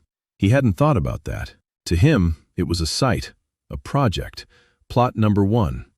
Park Chun-sik continued. "People need a name, so they can say, I live in such and such a place, not I live in the wasteland, not I live in exile. I live in a city with a name." Do Hyuk looked down the street. The streetlights were on, fire behind the window panes, warmth, light. He said the first thing that came to mind, Hwasong, the fortress of fire. Park Chun-sik tasted the word on his tongue. He repeated it, Hwasong. Then he nodded, Hwasong. By morning, everyone knew it. The name spread through the neighborhoods like warmth along a stove wall. People repeated it to one another. Hwasong. I live in Hwasong. My home is in Hwasong. Simple, but it changed everything. Not a place of exile, a city with a name, a city with streetlights. The first week after my name day passed in the usual rhythm. Construction, the mine, the fields. The caravan came a second time, the same caravan driver. He brought wool and leather and a barrel of kumis. He took away coal. It took Hyuk a while to realize that coal was valuable to the steppe people. They burned dung. Coal burns hotter and longer. Barter became a two-way street. Not just construction for food, coal for goods. This changed the economy. Rin was the first to see it. She came to him in the evening with figures written on a scrap of leather. 1 cartload of coal is worth as much to the caravan drivers as a sack of grain. We produce 10 cartloads a day. If we sell half and burn half, we can buy grain. Hyuk looked at the numbers. He calculated. If trade remains stable, by fall they would break even on food. Not exactly zero, but close. So Rin continued. We need a market, a place to trade. Caravanners aren't the only ones who'll come. If the pass is open and the trade route across the steppe is working, merchants will come here. Small ones, greedy ones, but with goods. Do Hyuk nodded. A market. Another building. Another item on the endless list. He built the market square in 2 days. An open space by the southern gate. Stone stalls. A canopy to shelter from rain and sun. A place for carts. A well nearby. So Rin added a warehouse for goods that caravanners leave for storage. When the square was ready, Do Hyuk stood in the middle of it and realized he wasn't building a settlement. He was building a city, a real one, with infrastructure, with an economy, with logistics. He was a foreman from Busan. He had built modular homes for typhoon victims, and now he was building a city on barren land, in a world with magic, with stone pickaxes and caravanners on shaggy horses. Absurd. But it worked. 2 weeks after the market opened, a second caravan arrived. Not from the steppe, from the mountain pass. A small merchant from the border town of Chonan. 3 wagons, fabrics, clay pottery, iron tools, real ones, steel, pickaxes, axes, saws. Do Hyuk looked at the steel pickaxe and almost cried. For half a year, his men had been working with stone tools. A steel pickaxe is a whole different level, a whole different life. The merchant from Chonan was shrewd. He asked for triple the price. Do Hyuk haggled like he was at the construction market in Busan, without anger, without haste, with the understanding that the merchant needed to make a profit too, but not at his expense. They settled on 1.5 times the price. Coal and the right to spend the night at the caravanserai. The merchant left. He promised to return. He returned a month later, with double the cargo. 2 other merchants had joined him. Information, the best commodity in the world. Hwasong buys coal. Hwasong pays with coal. Hwasong. In the 7th month, what Do Hyuk had been waiting for and preparing for happened. He stood at the eastern gate and watched the column of people stretching from the pass. Not 10, not 30, 200 people in a single day. The southern provinces were starving more and more. Rumors of Hwasong had reached places where people were dying of hunger. And they came.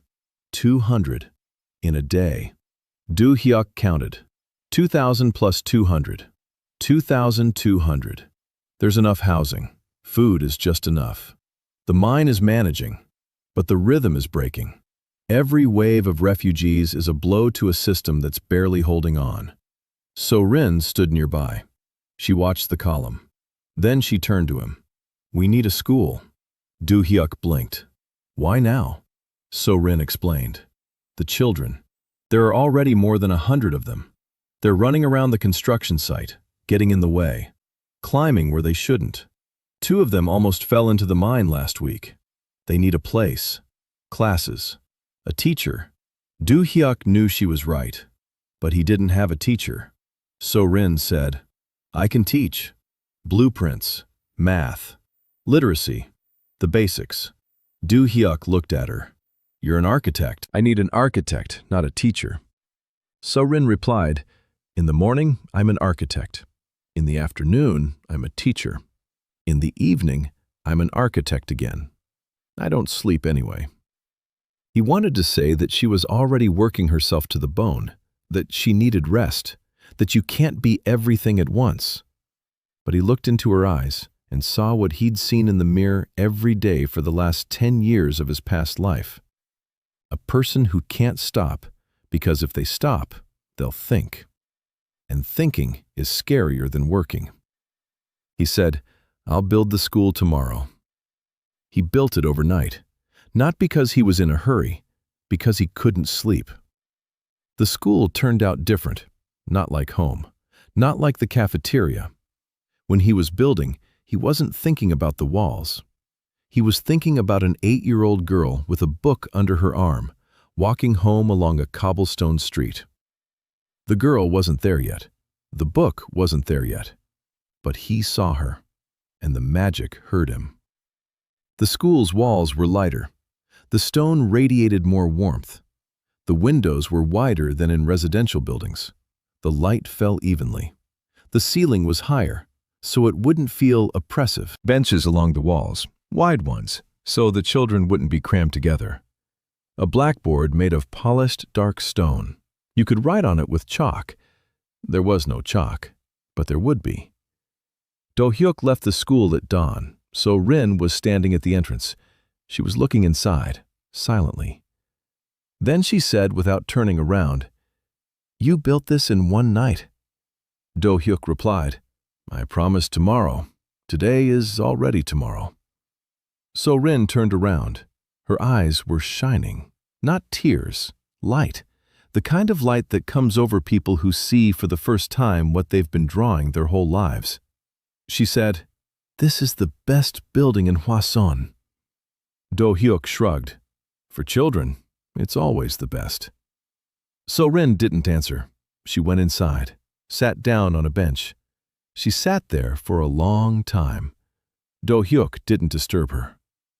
4,000. By the 8th month, 4,000 people lived in Hwasong. Do Hyuk stood on the main tower of the eastern wall and looked down. The city, a real city.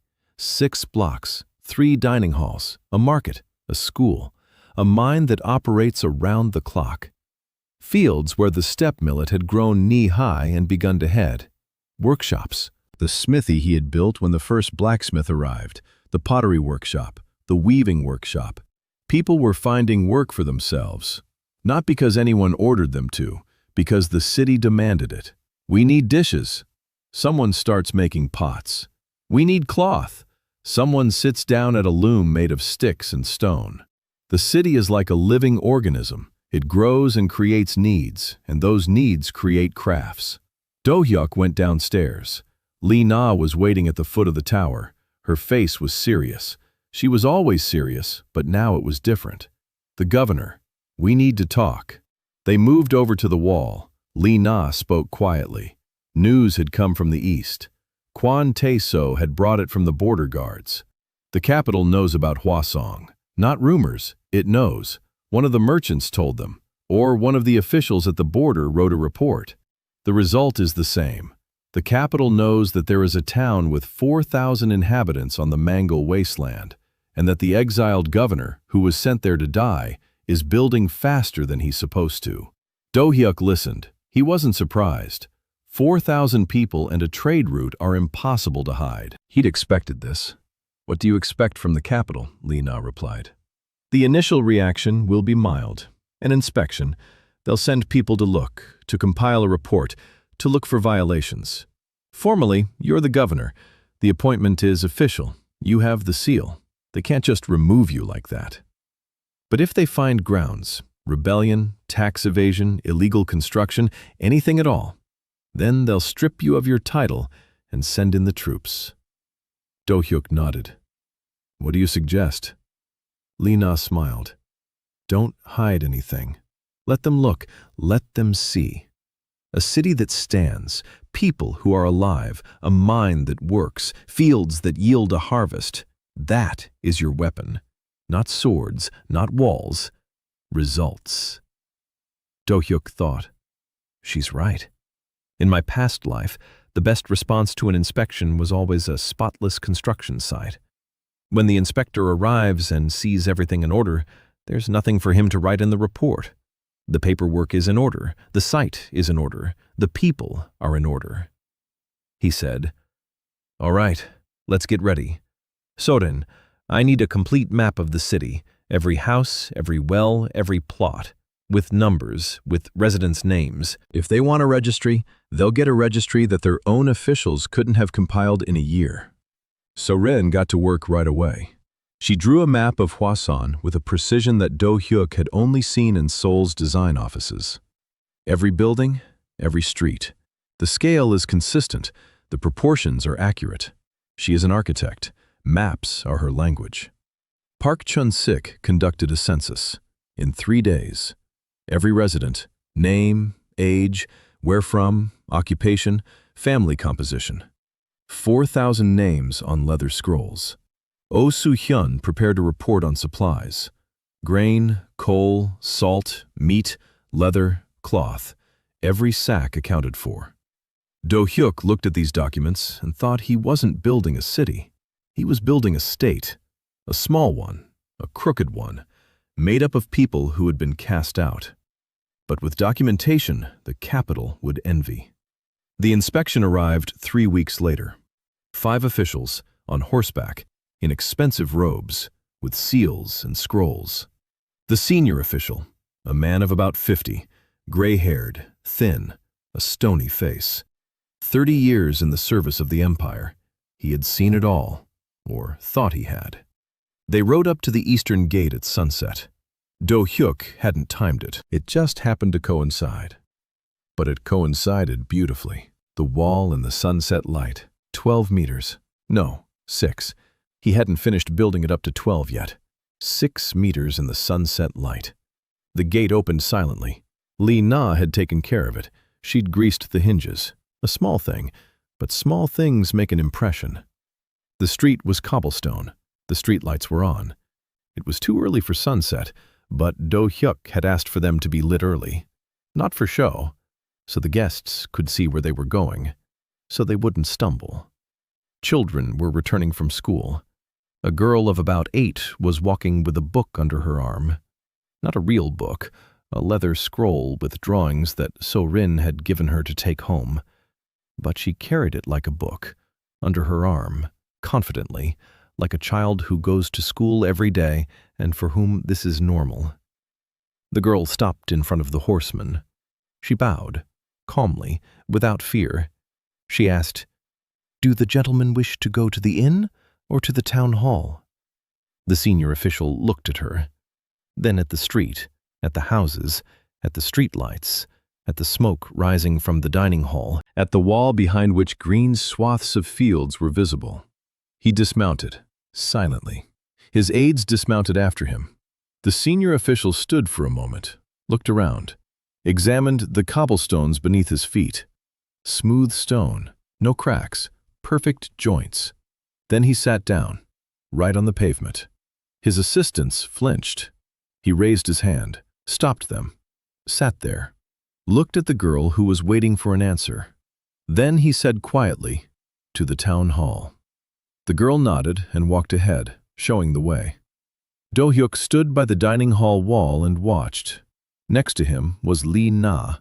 Next to her was So Rin. Next to him was Park Chun-sik. Next to him was Oh Soo-hyun. Next to him was Kwon Tae-so.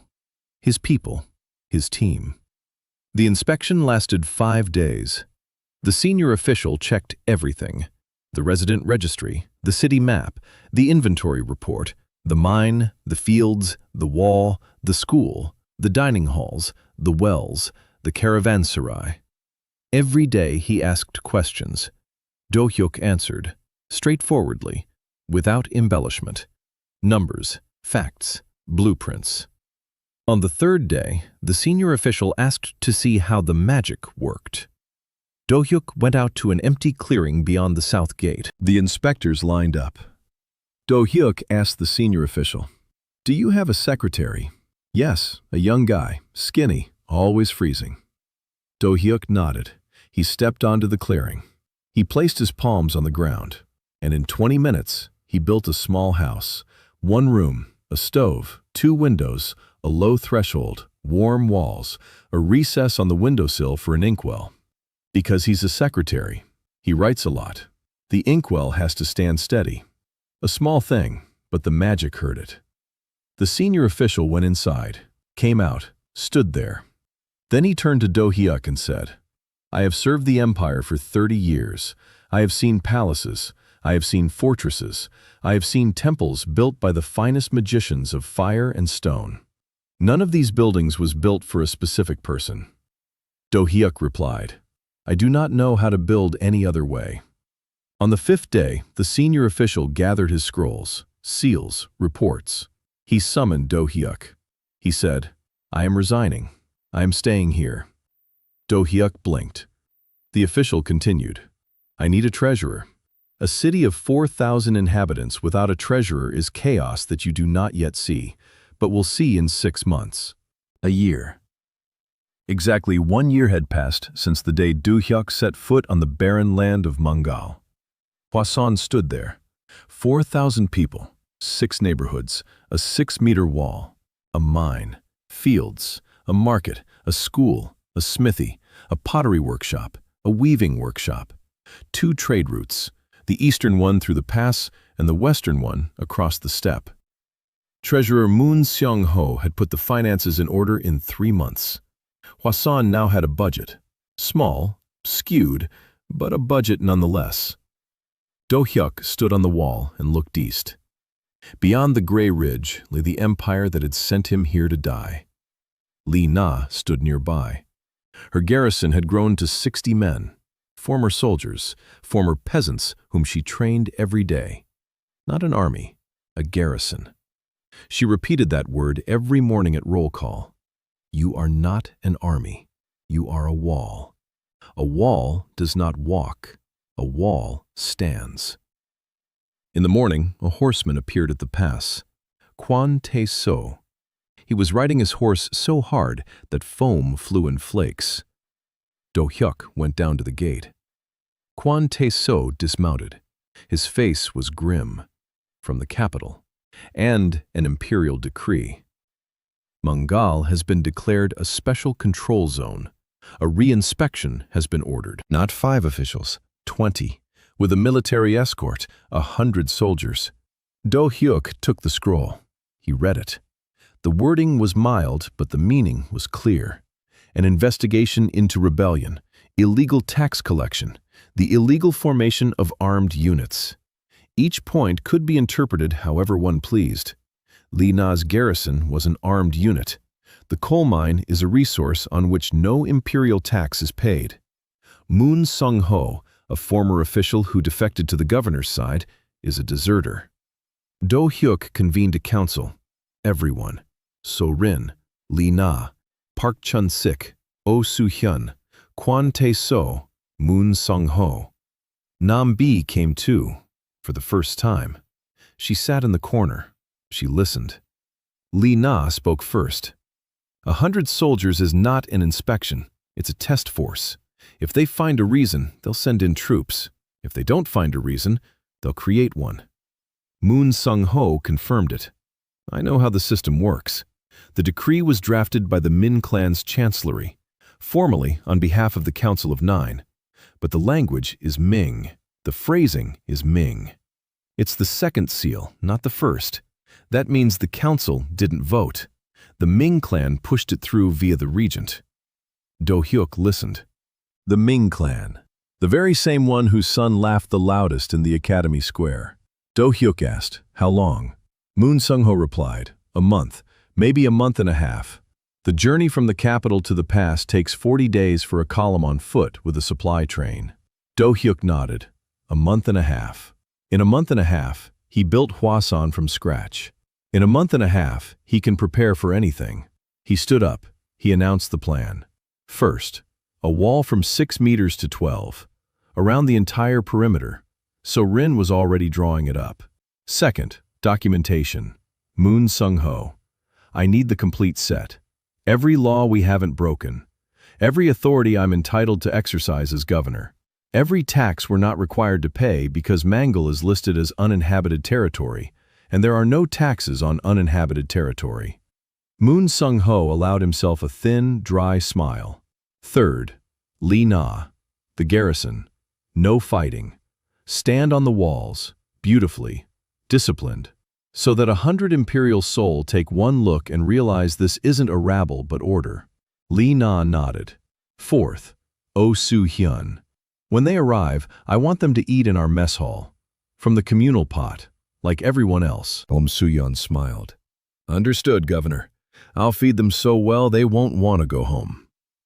Fifth, Nam Bi. Everyone looked at her. She flinched. Do Hyuk said gently, "You don't need to hide. When they arrive, you'll walk through the city just as you do every day, without a cloak, with your ears. Let them see. Let them see that a beast girl walks freely here, that no one touches her, that she is human." Nambi looked at him. Her eyes were amber, wide.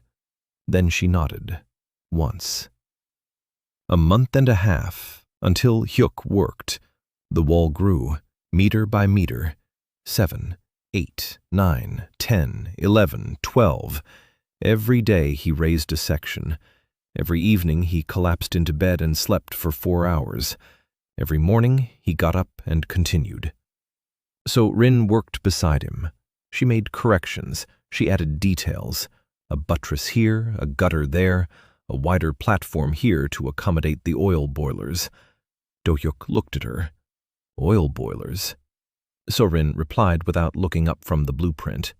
Just in case the inspection turns out not to be an inspection. Do Hyuk paused. Then he nodded. A smart woman. He was building alongside the wall. 3 new neighborhoods for the refugees who kept arriving.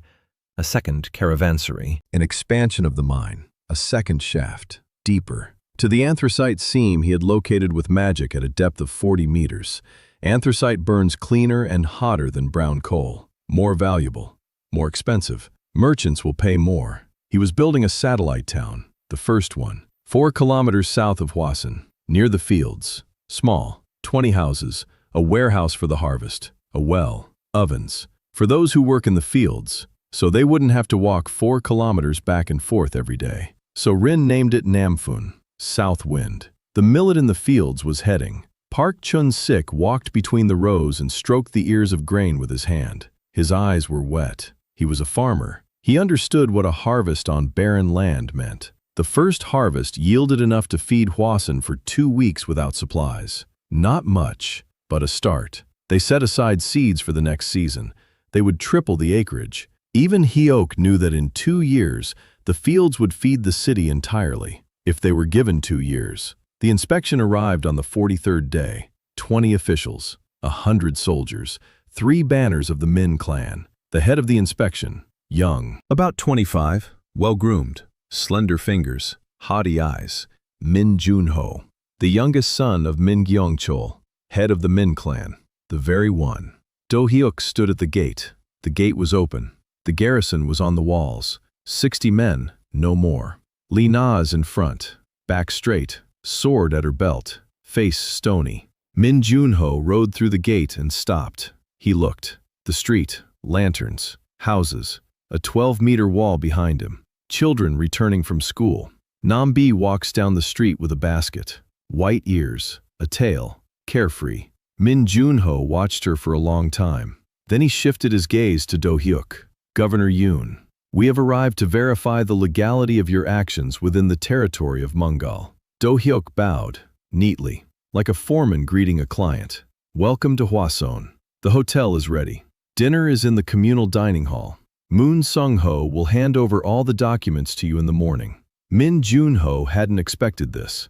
He had expected a nervous exile, a ramshackle settlement, frightened peasants, not a town with a 12-meter wall and a girl pointing the way to the town hall. The inspection began. The inspection lasted 10 days. Min Junho checked everything, every house, every well, every entry in Moon Seong-ho's registry. He was looking for grounds, any grounds. Rebellion, illegal taxes, harboring fugitive criminals, embezzlement of imperial resources. Moon Seong-ho met every request with a stack of documents, the resident registry, a map of the territory, financial reports, a list of buildings, agreements with merchants, even the patrol schedule on the walls. Every paper bore the governor's seal, every figure was verified. Min Junho was angry, quietly, politely, but angry. Do Hyuk could see it in the little things, how he clenched the scroll a little tighter than necessary, how his voice grew harsher as evening fell, how he refused dinner in the communal dining hall on the 3rd day. On the 5th day, Min Junho came to the mine. He stood at the entrance. He looked at the reinforced arch, at the rails made of stone slabs along which the coal carts ran, at the ventilation shafts, at the lamps inside. Then he turned to Do Hyuk. This coal belongs to the empire. All underground ore within the territory of the Sanryong Empire is the property of the crown. You are mining it without a license. Moon Seong-ho stood nearby. He opened the scroll. He began to read. Article 214 of the Mining Code. Territories classified as uninhabited and unsuitable for development are exempt from licensing requirements until such time as the classification is changed. Mangal is classified as uninhabited by a decision of the Council of 9 from the year 203. The decision has not been revoked. Consequently, a license is not required. Min Junho looked at Moon Seong-ho, a former novice, a traitor, a defector. Moon Seong-ho looked back at him, calmly, with that special calmness that comes to people who have finally found the right side. On the 7th day, Min Junho tried a different approach. He went to Nam B. She was sitting on a bench near her house. No cloak, ears up, tail wrapped around her knees. She was reading. So Rin had taught her the alphabet in 3 months. Min Junho stopped. He looked. A beast person, free, in the governor's city. He said, by imperial law, beast people are subject to registration and confinement in special settlements. Your presence here is illegal. Nambi looked up, amber eyes, large, frightened. But she didn't stand up, didn't run, didn't hide her ears. She sat there, until Hyuk appeared from around the corner, calmly, as if he were just passing by. He stood next to Nambi, not between her and Min Junho, beside her. As an equal beside an equal, he said. The law regarding the detention of beastmen applies within inhabited provinces. Mangal is uninhabited. Remember, your own argument. Min Junho fell silent. His own logic was working against him. If Mangal is uninhabited, then the laws of the inhabited provinces do not apply. If Mangal is inhabited, then this is an acknowledgement of the governor's success, and the grounds for the inspection disappear because the governor has fulfilled the task of developing the territory. A trap. Moon Sung-ho had set it up over the course of a month and a half. Do Hyuk simply voiced it. On the 9th day, something changed. One of the inspection officials, a woman, young, about 23, quiet, meticulous, with a very straight back and a very dry voice. Choi Min-soo, the daughter of an impoverished family, a brilliant accountant. She spent 9 days in silence, checking every figure in Moon Sung-ho's accounts. On the 10th day, she came to Do Hyuk. Your treasurer keeps better records than the Imperial Chamber. But there's a problem. You're growing faster than you realize. In 6 months, you'll have 10,000 people. In a year, 20,000. Your accounting system is designed for 5,000. It will break down. Do Hyuk listened. She continued. You need a different structure, not a registry, a system. Provincial accounting divided by districts. Each district has its own head, its own budget, its own report. Only the summary figures go up.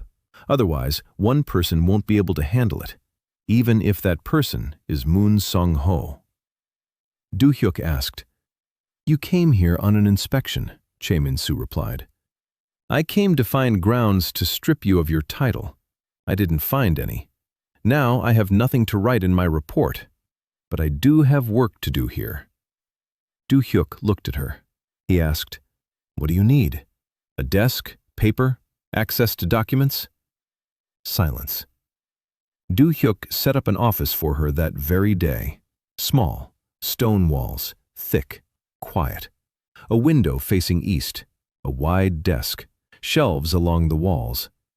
Choi Min-soo walked in. She looked around. She ran her finger across the desk. Not a speck of dust. Magic had compacted the stone until it was as smooth as glass. She sat down, took out a brush, opened an inkwell, and began to work. On the 10th day, Min Jun-ho gathered his scrolls. The inspection was over. No grounds found. He stood at the gate, his face white with rage. Do Hyuk stood opposite him. A year and a half, 30,000 people. Do Hyuk stood in the middle of Hwasong and did not recognize his own city. The central square, paved, with a fountain. He had built the fountain not for beauty, but for water supply. An underground channel from a mountain spring that he had found and brought to the surface with magic. Water gushed upward, fell into a stone basin, and spread through 4 channels. The northern quarter, the southern, the eastern, the western. Each quarter had its own headman, its own dining hall, its own well, its own school. Choi Min-soo's system was working. The numbers were rising. Reports landed on Moon Sung-ho's desk every morning. 5 satellite cities around Hwasong. Namphun in the south by the fields, Cholsan in the west by the second mine, Tongmun in the north by the pass, Soren in the east by the Gray Ridge, Hanbyul in the southwest by the caravan route. Each city had between 1,000 and 3,000 residents, each with a wall, with a garrison, with a market, with fields. Li Na commanded 400 soldiers, not an army, a garrison. She said this every morning and every evening. You are the wall. The wall stands. Trade through the pass flowed freely. Coal from Mangal heated homes in 3 provinces. Blacksmiths across the eastern part of the continent bought anthracite. Caravanners from the steppes came every week. Wool, leather, meat, horses in exchange for coal. Pottery that the potters of Hwasong made from local clay. Glass, until Hyuk taught the glassmakers to fuse Mangal sand into transparent sheets. Windows, tableware, bottles. In the empire, glass was a luxury. In Hwasong, it was found in every home. The fields fed the city. Steppe millet, local root vegetables bred by Han Dasom. She arrived 3 months ago, 17 years old, skinny to the point of transparency. She walked for a month and a half from the capital, resonance, plant magic, expelled from the academy, just like him. A peasant's gift. Trash. She stood before Do Hyuk and trembled, not from the cold, from fear, that they would send her away, that they would laugh, that they would say she wasn't needed. Do Hyuk asked, "What can you do?" She replied in a barely audible voice, "I can talk to plants. They listen to me. Sometimes." Do Hyuk led her to the fields. He showed her dead earth, a thin layer of humus, millet growing but slowly, root vegetables barely surviving. He said, "Here is your field, here are your plants. Do what you can." Han Da-som sank to her knees. She placed her palms on the ground. She closed her eyes, and the earth responded. Not immediately, slowly, like a patient who heard a doctor's voice for the first time in years. The millet sprouts straightened up, just a little, half a centimeter. But Do Hyuk saw with magic. The roots below, they stretched, deeper, wider, searching for water, searching for minerals, and finding them. Because he had prepared the soil, he had loosened the rock, he had laid down compost, he created the soil, and she brought it to life. Builder and gardener, foundation and garden, two peasant gifts that together do what no noble mage can. Life on dead earth. A month later, Mangal's fields yielded 3 times as much. 2 months later, Han Da-som harvested the first crop that fed 10,000 people a month. By then, Hyuk had made her the head of all the fields, a 17-year-old girl commanding 100 peasants. They obeyed her because they saw how, under her touch, a dry stick would take root. She blossomed, not just the fields, she herself. She stopped trembling. She stopped averting her eyes. She began to speak louder. Once, she snapped at a peasant who was watering incorrectly. He obeyed. She was then frightened by her own shout and ran to Do Hyuk to apologize. Do Hyuk laughed, for the first time in a year and a half, loudly, from the heart. He said, "Don't apologize. A foreman who doesn't yell isn't a foreman." She looked at him, smiled, widely. Sun E-jin arrived quietly, like fog settling in. A former priestess of the Temple of the Nine Winds, 26 years old, calm, profound. She speaks slowly, and every word in its place. She was expelled for heresy. She claimed that the temple's archives contained references to the Great Builder, Han Mujon, a name erased from the chronicles 200 years ago. She came to Do Hyuk in the evening. He was sitting on the wall, alone, tired. She sat down beside him. She was silent for a long time. Then she said, "You know why you're here." Do Hyuk looked at her. She continued, 200 years ago, a man named Han Mujon stopped a demonic horde, not with a sword, with a wall. He built the Great Wall of Hadan in a single night, alone, with construction magic, the very kind they call peasant magic. He burned himself out to the last drop of mana. The wall stood. The horde stopped. He died. His name was erased because peasant magic shouldn't save the empire.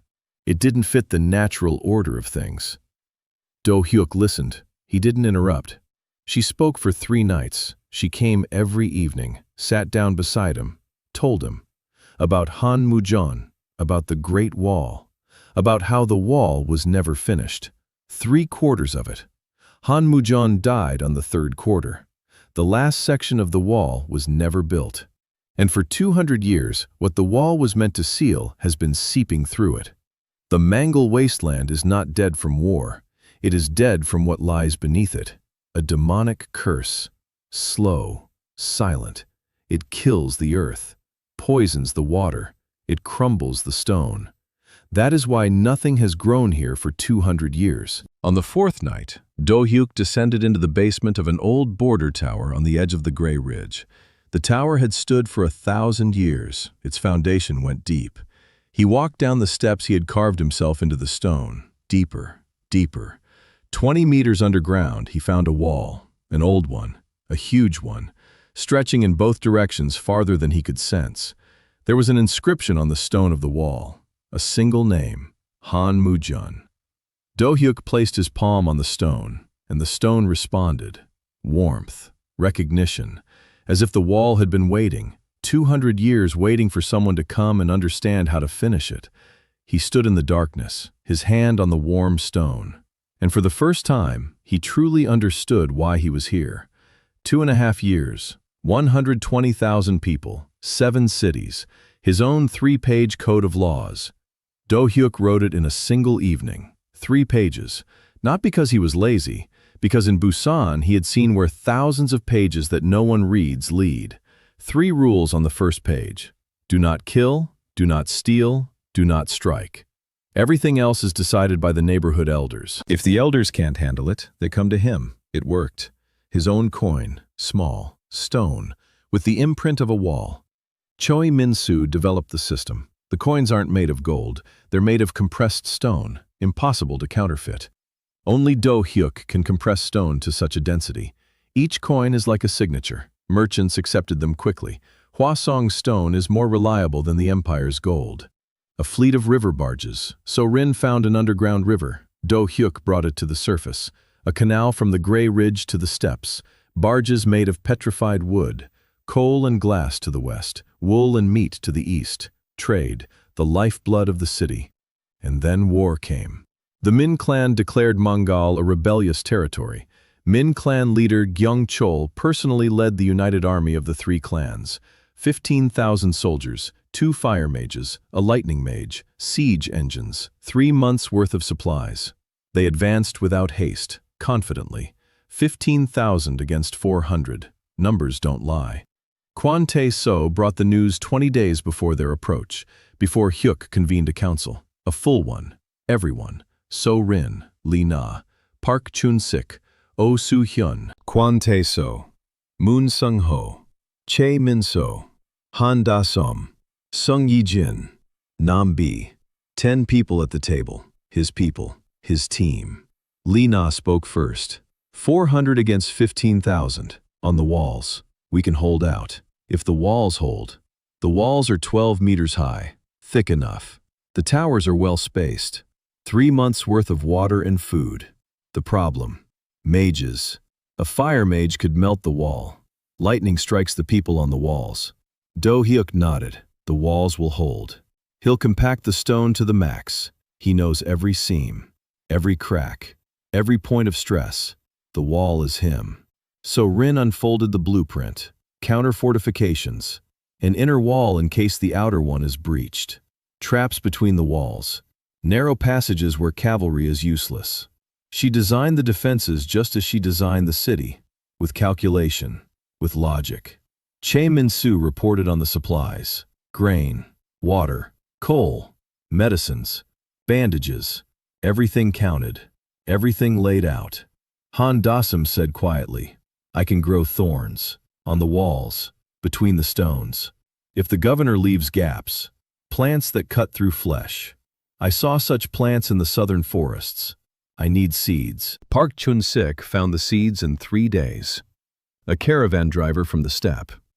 The steppe people grew a thorn bush that horses would avoid from 100 meters away. Han Da-som planted it in the cracks between the stones of the outer wall. Within a week, the wall was covered with a green carpet of thorns as long as a finger. Sharp. Poisonous. Try climbing over. Nam Bi arrived last, quietly, as always. She said, I can smell 2 kilometers away. I can scout. Through the tunnels if there are any. I'll hear. I can sense. Do Hyuk looked at her. A 19-year-old girl who had come on 3 legs a year and a half ago. Now she stands upright, ears up. Her eyes are clear. She's offering to go through the tunnels to the enemy. He said, Thank you. Be careful. She nodded. 20 days of preparation. Do Hyuk didn't sleep. Literally. 20 days. 4 hours in fits and starts. The rest of the time he was reinforcing. The walls, the towers, gates, every stone, every joint, every crack. He poured mana into Hwasong like blood into a body. The wall became his body. He felt every meter, every touch. A child leaned against the wall on the south side. He felt it. A cat walked along the ridge to the west. He felt it. The army approached at dawn on the 21st day. 15,000 from the east. The banners of the Min clan, the So clan, the H-van. 3 clans, a united force. The camp stretched 2 kilometers from the walls, tents like white mushrooms on gray earth. Smoke from campfires, the clang of hammers on siege shields. Do Hyuk stood on the main tower. Next to him was Lee Na in armor. Next to her was So Rin with the blueprints. Next to her was Son E-jin. Quiet. Calm. She had seen in a dream that the wall would hold. To believe in dreams or not. Do Hyuk believed in numbers, but he accepted help from dreams as well. The first assault began on the third day of the siege, a classic of Imperial tactics. Ladders, shields, infantry in tight formation. The fire mage struck first, a pillar of flame into the wall. The stone grew hot, turned red, but did not crack. Do Hyuk stood on the tower and held the wall. Hands on the stone, eyes closed. He felt the heat, every molecule of the stone. He redirected the heat inward, dissipated it, distributed it along the entire length of the wall. 12 meters of stone. The heat dissolved into the mass. The wall held. Lee Na commanded at the gate. Her voice cut through the noise of battle, steady, clear, without hysteria. Archers on the walls fired down the staircases. Stones rained down. Han Dasam's spikes tore the hands of those trying to climb. The first assault was repelled in 4 hours, the second on the 5th day, the third on the 8th, each time harder. A lightning mage struck the tower where Do Hyuk stood. The lightning split the top stone. Do Hyuk fell. He stood up. He patched the crack in a second. The stone fused back together. The wall remembered its shape. He had put too much of himself into it for it to forget. On the 12th day, a tunnel was dug. Nam Bi heard it first, scraping, under the southern wall, deep down. She led a reconnaissance mission, alone. Through the drainage channels that Do Hyuk had carved beneath the city. She returned an hour later. 2 tunnels, south and southeast, heading toward the wall's foundation. Do Hyuk went down. He placed his palms on the ground. He sensed it. 2 tunnels, dozens of people inside, digging. He didn't collapse the tunnels. He did something else. He hardened the rock in front of them. The wall became impenetrable, 3 meters deep. Pickaxes struck the rock and bounced back. The tunnelers had run into rock that was impossible to break through with human tools. The siege dragged on. The siege reached its climax on the 19th day when Do Hyuk's mana ran out and the wall began to fall. The residents of Hwasong came out and placed their palms on the stone. The magic of construction resonated with those for whom it was built, and the wall restored itself. The army of the 3 clans retreated. Do Hyuk found the wounded Min Gyung Chol and offered him a home. By evening, 300,000 people stood on the wall. For the first time, Do Hyuk said aloud that they had succeeded. Beneath the gray ridge, the first stone of the Han Mugyeon wall came to life. The wall stood. The city stood. The 18th day of the siege. Do Hyuk stood on the tower and felt his mana running out. Not all at once, slowly, like water in a well during a drought. Every day the level was a little lower. Every assault took a piece. Every strike from a fire mage. Every bolt of lightning. Every tunnel that needed sealing. He had been patching the wall for 18 days. 18 days without proper sleep. 4 hours in fits and starts between assaults. Hands on the stone, eyes closed. The wall breathed with him. It was his body, and his body was tired. He felt every crack the way one feels a throbbing tooth. The southern section. The fire mage had struck there 3 times. The stone inside had overheated, and micro-cracks had spread 2 meters deep. Do Hyuk sealed them up that night. Southeastern corner. The tunnelers had reached the compacted layer and started chipping away. The vibration traveled through the foundation like a distant rumble. He compacted it another meter. The western tower. The lightning mage struck yesterday. The stone had melted on top. Not critical, but the next strike in the same spot would break through. He took the top row, replaced the melted blocks. Every repair drained mana. Every hour drained mana. Even when he wasn't repairing. Just keeping the wall ready took effort. Like holding a heavy load with outstretched arms. Maybe an hour, maybe 2, maybe a day if you're stubborn. 18 days is impossible. So Rin was the first to notice. She was always the first to notice. "You're pale." Hyuk waved her off. She didn't back down. She stood in front of him, arms crossed, eyes dark, tired. Angry, not at him, at the situation. You're pale, your hands are shaking. You haven't eaten since yesterday morning. I know because Oh Soo-hyun counts the bowls. Your bowl is sitting untouched on the table. He looked at her, a gaunt face, dark circles under her eyes. Her hair had come loose from its knot, a streak of stone dust on her cheek. She hadn't slept either.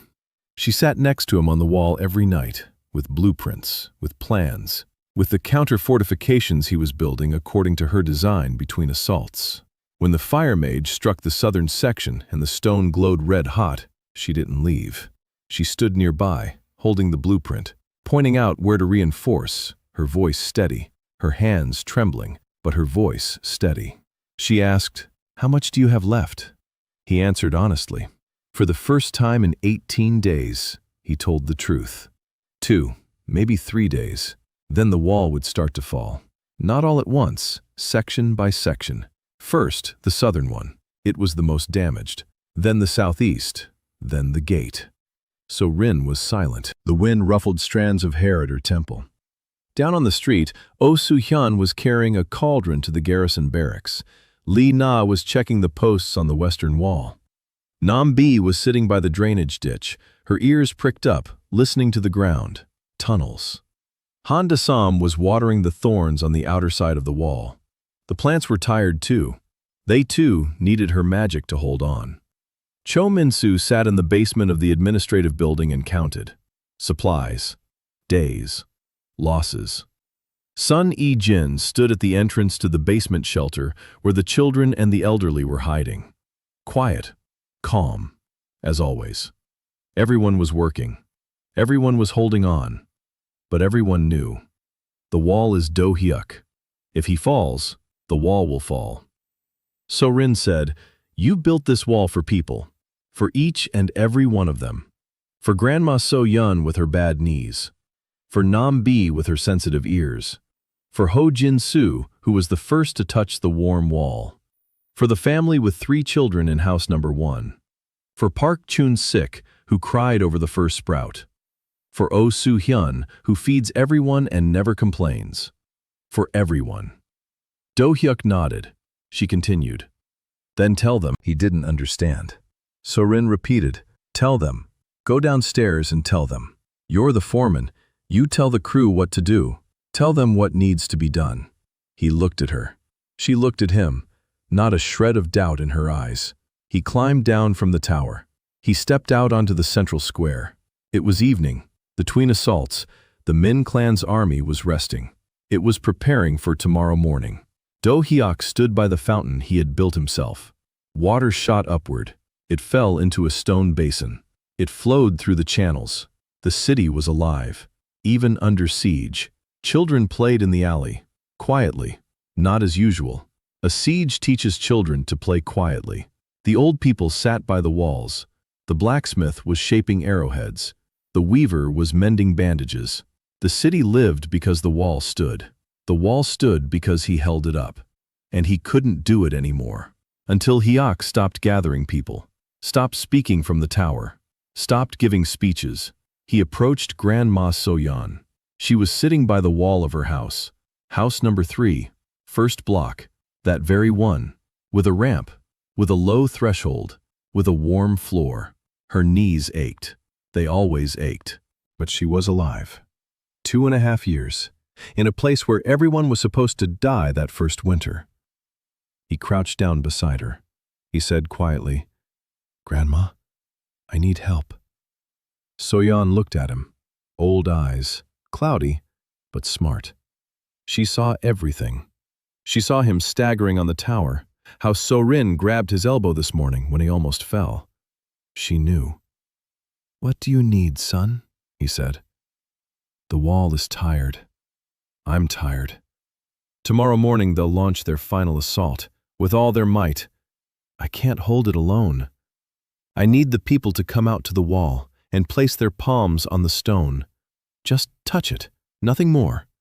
Just touch what I built for them." So-yun looked at him.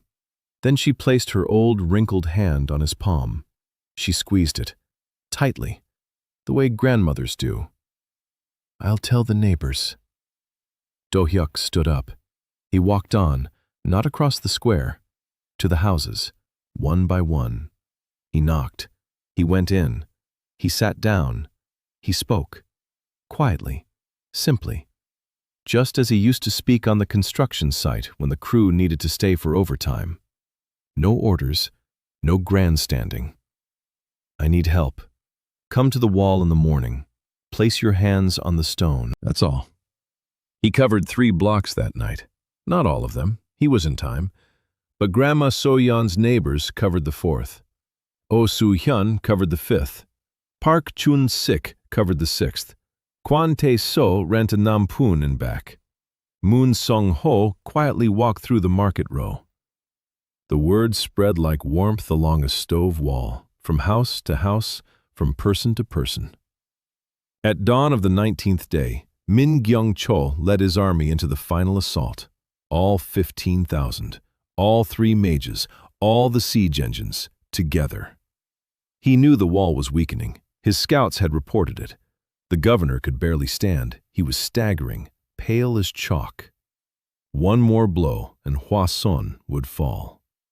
Do Hyuk stood on the main tower, hands on the stone. The fire mage struck first. A wall of flame 15 meters high, higher than before. He had been saving his strength, saving it for the final blow. The stone of the southern section flared red. The cracks that Do Hyuk had sealed every night opened all at once, like stitches on a wound from which the threads had been pulled out. Do Hyuk clung to the stone. Mana flowed from him, the last drops. He plugged the cracks. 1, 2, 3, 10. But they opened faster than he could keep up. The lightning mage struck. The tower shuddered. The stone split right beneath his feet. A crack ran between his palms. He fell to his knees. The wall trembled, all of it, all around the perimeter. 12 meters of stone shuddered like a living creature in pain. Li Na saw the crack at the gate, horizontal, across the entire span. She screamed, "The wall!" Do Hyuk heard her voice as if through cotton wool, far away, muffled. Mana at 0. Emptiness. Cold. Just like then, on the serpentine road, darkness creeping in from the edges. He remembered. Headlights, the steering wheel beneath his palms, a bus full of children coming toward him. He jerked the wheel to the right, without hesitation, without calculation, without a plan, simply because of the children. And now, behind him, 120,000 children in the basement shelter. Nam Bi, who took off her cloak in public for the first time. Ho Jin-soo, who knows that walls can be warm. Grandma So-yeon, who can't walk more than 60 steps. Han Da-sum, who harvested the first crop on dead soil. Everyone. He opened his eyes. The wall was collapsing. The southern section had tilted a degree outward. Another degree, and the stone would start to crumble. The Ming clan's infantry saw it. A scream, a roar, thousands of voices. They ran toward the wall. Ladders forward, shields over their heads, running. Do Hyuk knelt on the tower and looked down. Not a drop of mana, empty as a wrung-out rag. And then they came. First was Park Chun-sik, the village headman, a farmer, 51 years old, a bad back, worn-out hands, hands that had tilled the earth for 30 years. He came around the corner of the dining hall. He approached the south wall, that very one, the one that was crumbling. He placed his palm on the stone, just placed it there, flat, like placing a hand on the shoulder of a friend who's feeling down. He said nothing.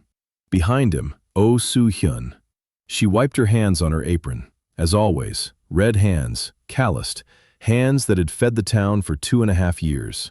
She walked up to the wall, placed both palms on it, pressed her forehead against it, just as one leans against a wall when tired of standing. Behind her was Ho Jin-soo, a 9-year-old boy, the very same one, the first to touch the warm wall 2.5 years ago. He hadn't been hiding in the basement. He had run away. His mother would scold him later. Now he pressed his whole body against the stone. He hugged the wall, the way people hug, with his arms, his cheek, with everything he had. People followed behind them, from the houses, from the cafeterias, from the workshops, from the mine. The miners came covered in work dust, black faces, white teeth, hands covered in coal dust. They placed their black palms on the gray stone. Children came from school, so Rin let them go. No, she led them. She walked in front, back straight, face calm. She approached the wall and placed her hand on it, her left hand. With her right, she held the hand of the youngest student, a 6-year-old girl. The girl placed her small palm on the stone. The wounded came out of the hospital, Li Na's soldiers, those who could not stand on the walls, lame, bandaged, one with his arm in a sling. He placed his good arm on the stone, his left, the only one that worked. Han Da-som came running, from the fields, her hands in the dirt, green spots from plant sap on her fingers. She fell to her knees at the base of the wall and wrapped both arms around the stone, the way one wraps arms around a tree trunk. She was one with the plants. To her, the stone was alive too. Nambi came out of the small house on the outskirts. Her white ears were pressed flat against her head. Her tail was puffed out. She was afraid. The roar of battle, screams, the smell of fire and blood, every sound was like a blow to her. But she walked on, walked toward the wall, walked across the square, past people, past the noise, past everything that had frightened her whole life. She approached, placed both palms on it. She pressed her ears against the stone and listened. To the wall, to the city, to him. Cho Min-soo came out of the administration building's basement, a notebook under her arm. Even now, she walked up to the wall, stood there. Then she placed the notebook on the ground. For the first time, she let go of it and pressed both palms against the stone with her free hands. Sun Yi-jin was the last of his people to arrive. Quietly, as always, she stood by the wall. She didn't place her hand on it.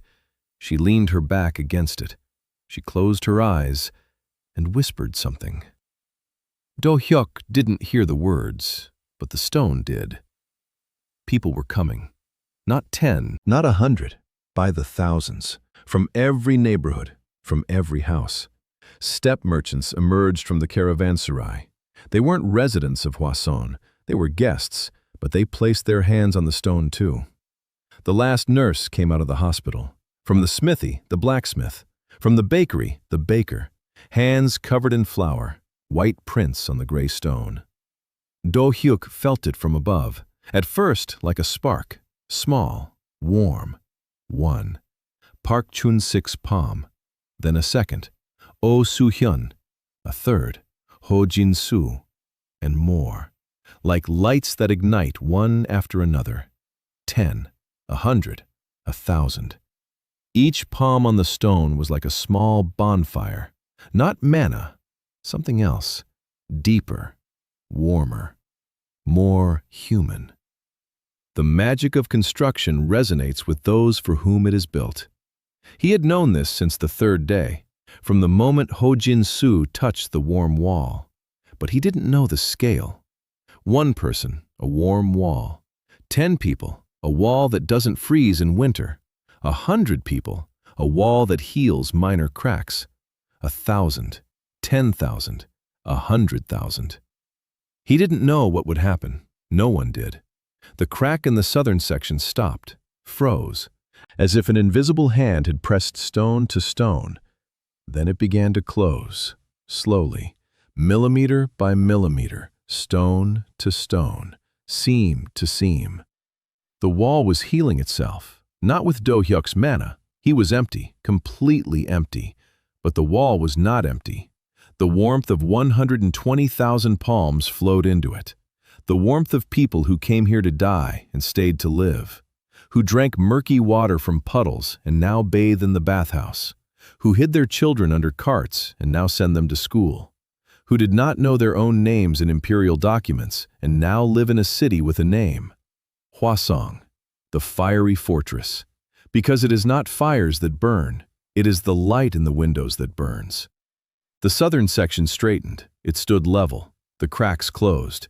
The stone became denser than it had been before the siege. Do Hyuk felt it. A new density, a new strength. The wall had become better, stronger, because now it contained not only his knowledge and his mana, it contained people. Do Hyuk stood up. The wall beneath him was warm, alive. It hummed like a taut string. He placed his palms on the stone and felt every hand, every palm, every person. Park Chun-sik, a peasant, his palm rough and heavy like the earth he'd plowed his whole life. Oh Soo-hyun, hot, like the stove she stokes every day. Ho Jin-soo, small, warm, childlike.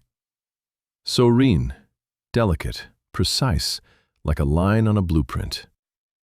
Nam-bi, soft, cautious, but strong, stronger than she thinks she is.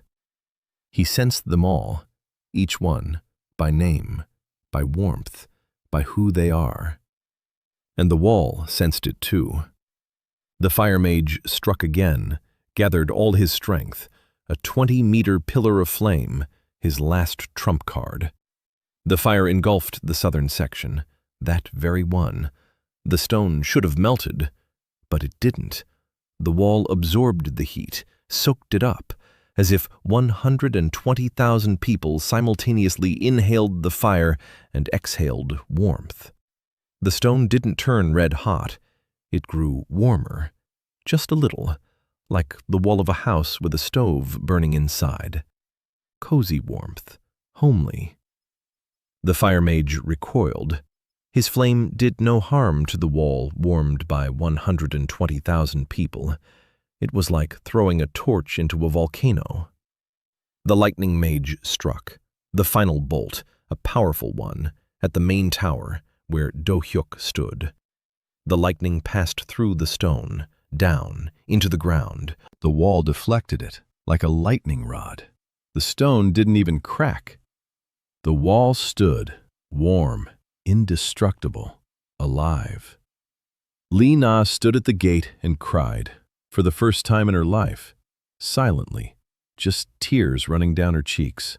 She had fought for 20 years, defended fortresses, stormed cities.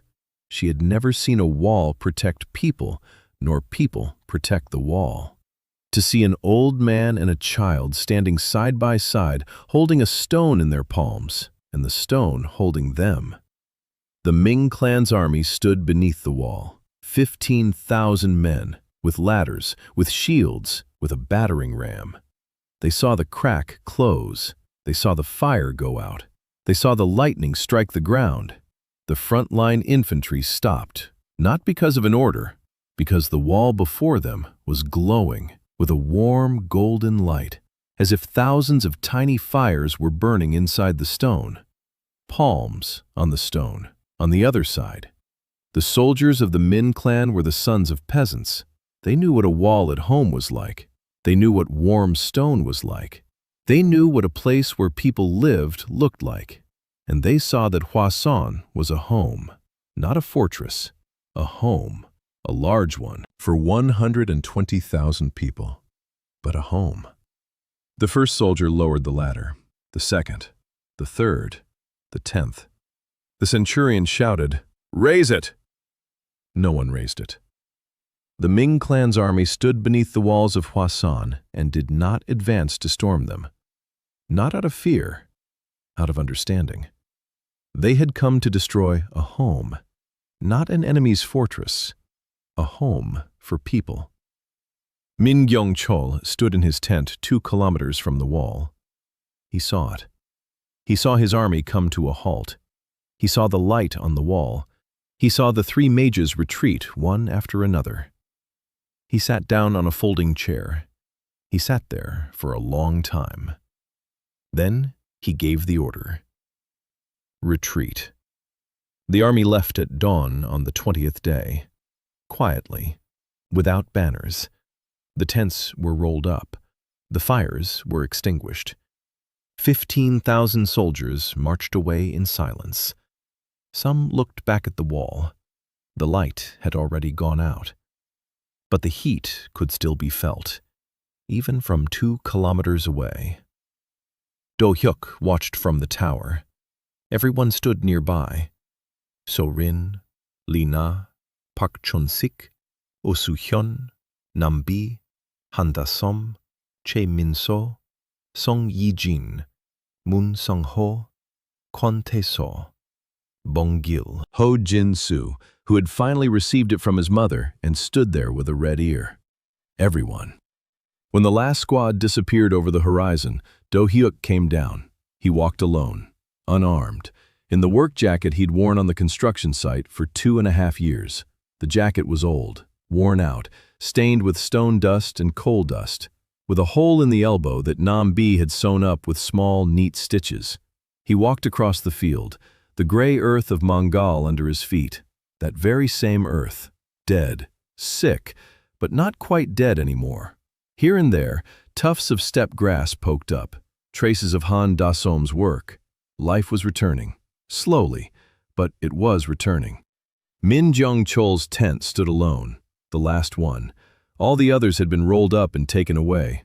The bodyguards were gone. The servants were gone. His son, Min Jun-ho, had led the rear guard away an hour ago.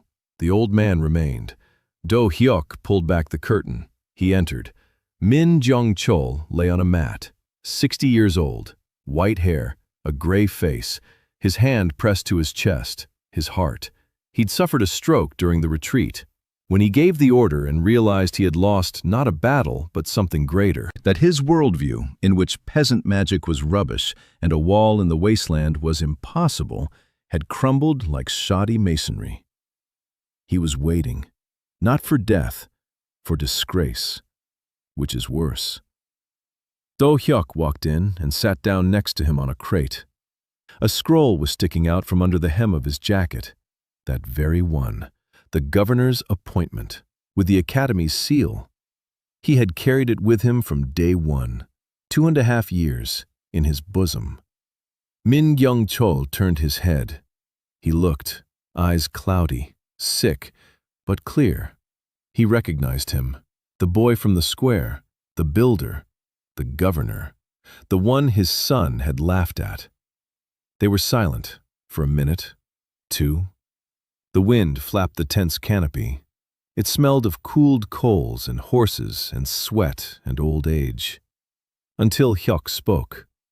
"I can build you a house, a warm one, with a window facing east, just as you like. I found out from your former secretary. He now lives in Hwasong, works in the archives, a good man. He remembers you." Min Jung-chol was silent. Do Hyuk continued. "If you want to stay, stay. If you want to go home, I'll send you tomorrow with an escort to the pass. No one will touch you, I promise." Min Jung-chol looked at him for a long time. Then he spoke. His voice was dry, quiet. "For 40 years I built a system in which magic kills. Fire, lightning, blood. That is power. That is order. That is the empire. And then a boy with bricks comes along, and his wall stands, but my army does not." Do Hyuk did not answer. He waited. Min Jung-chol continued. "My son laughed louder than anyone else in the square. I didn't stop him. I thought it was right, that a boy who builds is ridiculous, that a peasant's gift is a disgrace. I've thought that my whole life. My father thought so. His father did too." He fell silent. Then, quietly, "The window to the east." Do Hyuk nodded. He stood up. He stepped out of the tent. He stood there for a moment. Then he returned. He took off his jacket. He covered the old man. Min Jung-chol closed his eyes. A tear ran down his wrinkled cheek. The second in 30 years. The first was at his wife's funeral. This one was for something similar. For the funeral of the world in which he had lived his whole life, and which turned out to be wrong. Do Hyuk returned to Hwasong without his jacket, just a shirt. The wind was cold. He didn't care. The gates were open. People were standing on the walls, not soldiers, everyone, just standing there, palms on the stone, in silence. 120,000. Many hadn't left since morning. They'd been standing there all day. Grandma So-yeon was standing there, on her aching knees. They brought her a chair. She sat on the chair, hands on the wall. The boy Ho-jin-soo was sleeping at the foot of the wall, pressed against the stone. His mother didn't wake him. She covered him with a blanket. He slept by the wall he had embraced that morning and wouldn't let go of. Until Hyuk walked through the gate. The people parted. Not as they would for a governor, as they would for one of their own. He walked down the street. The street lights were on. Evening lights, warm. Someone had lit them while he was walking to the tent. Someone always lit them, every evening, without an order, because it was a city, because it was home.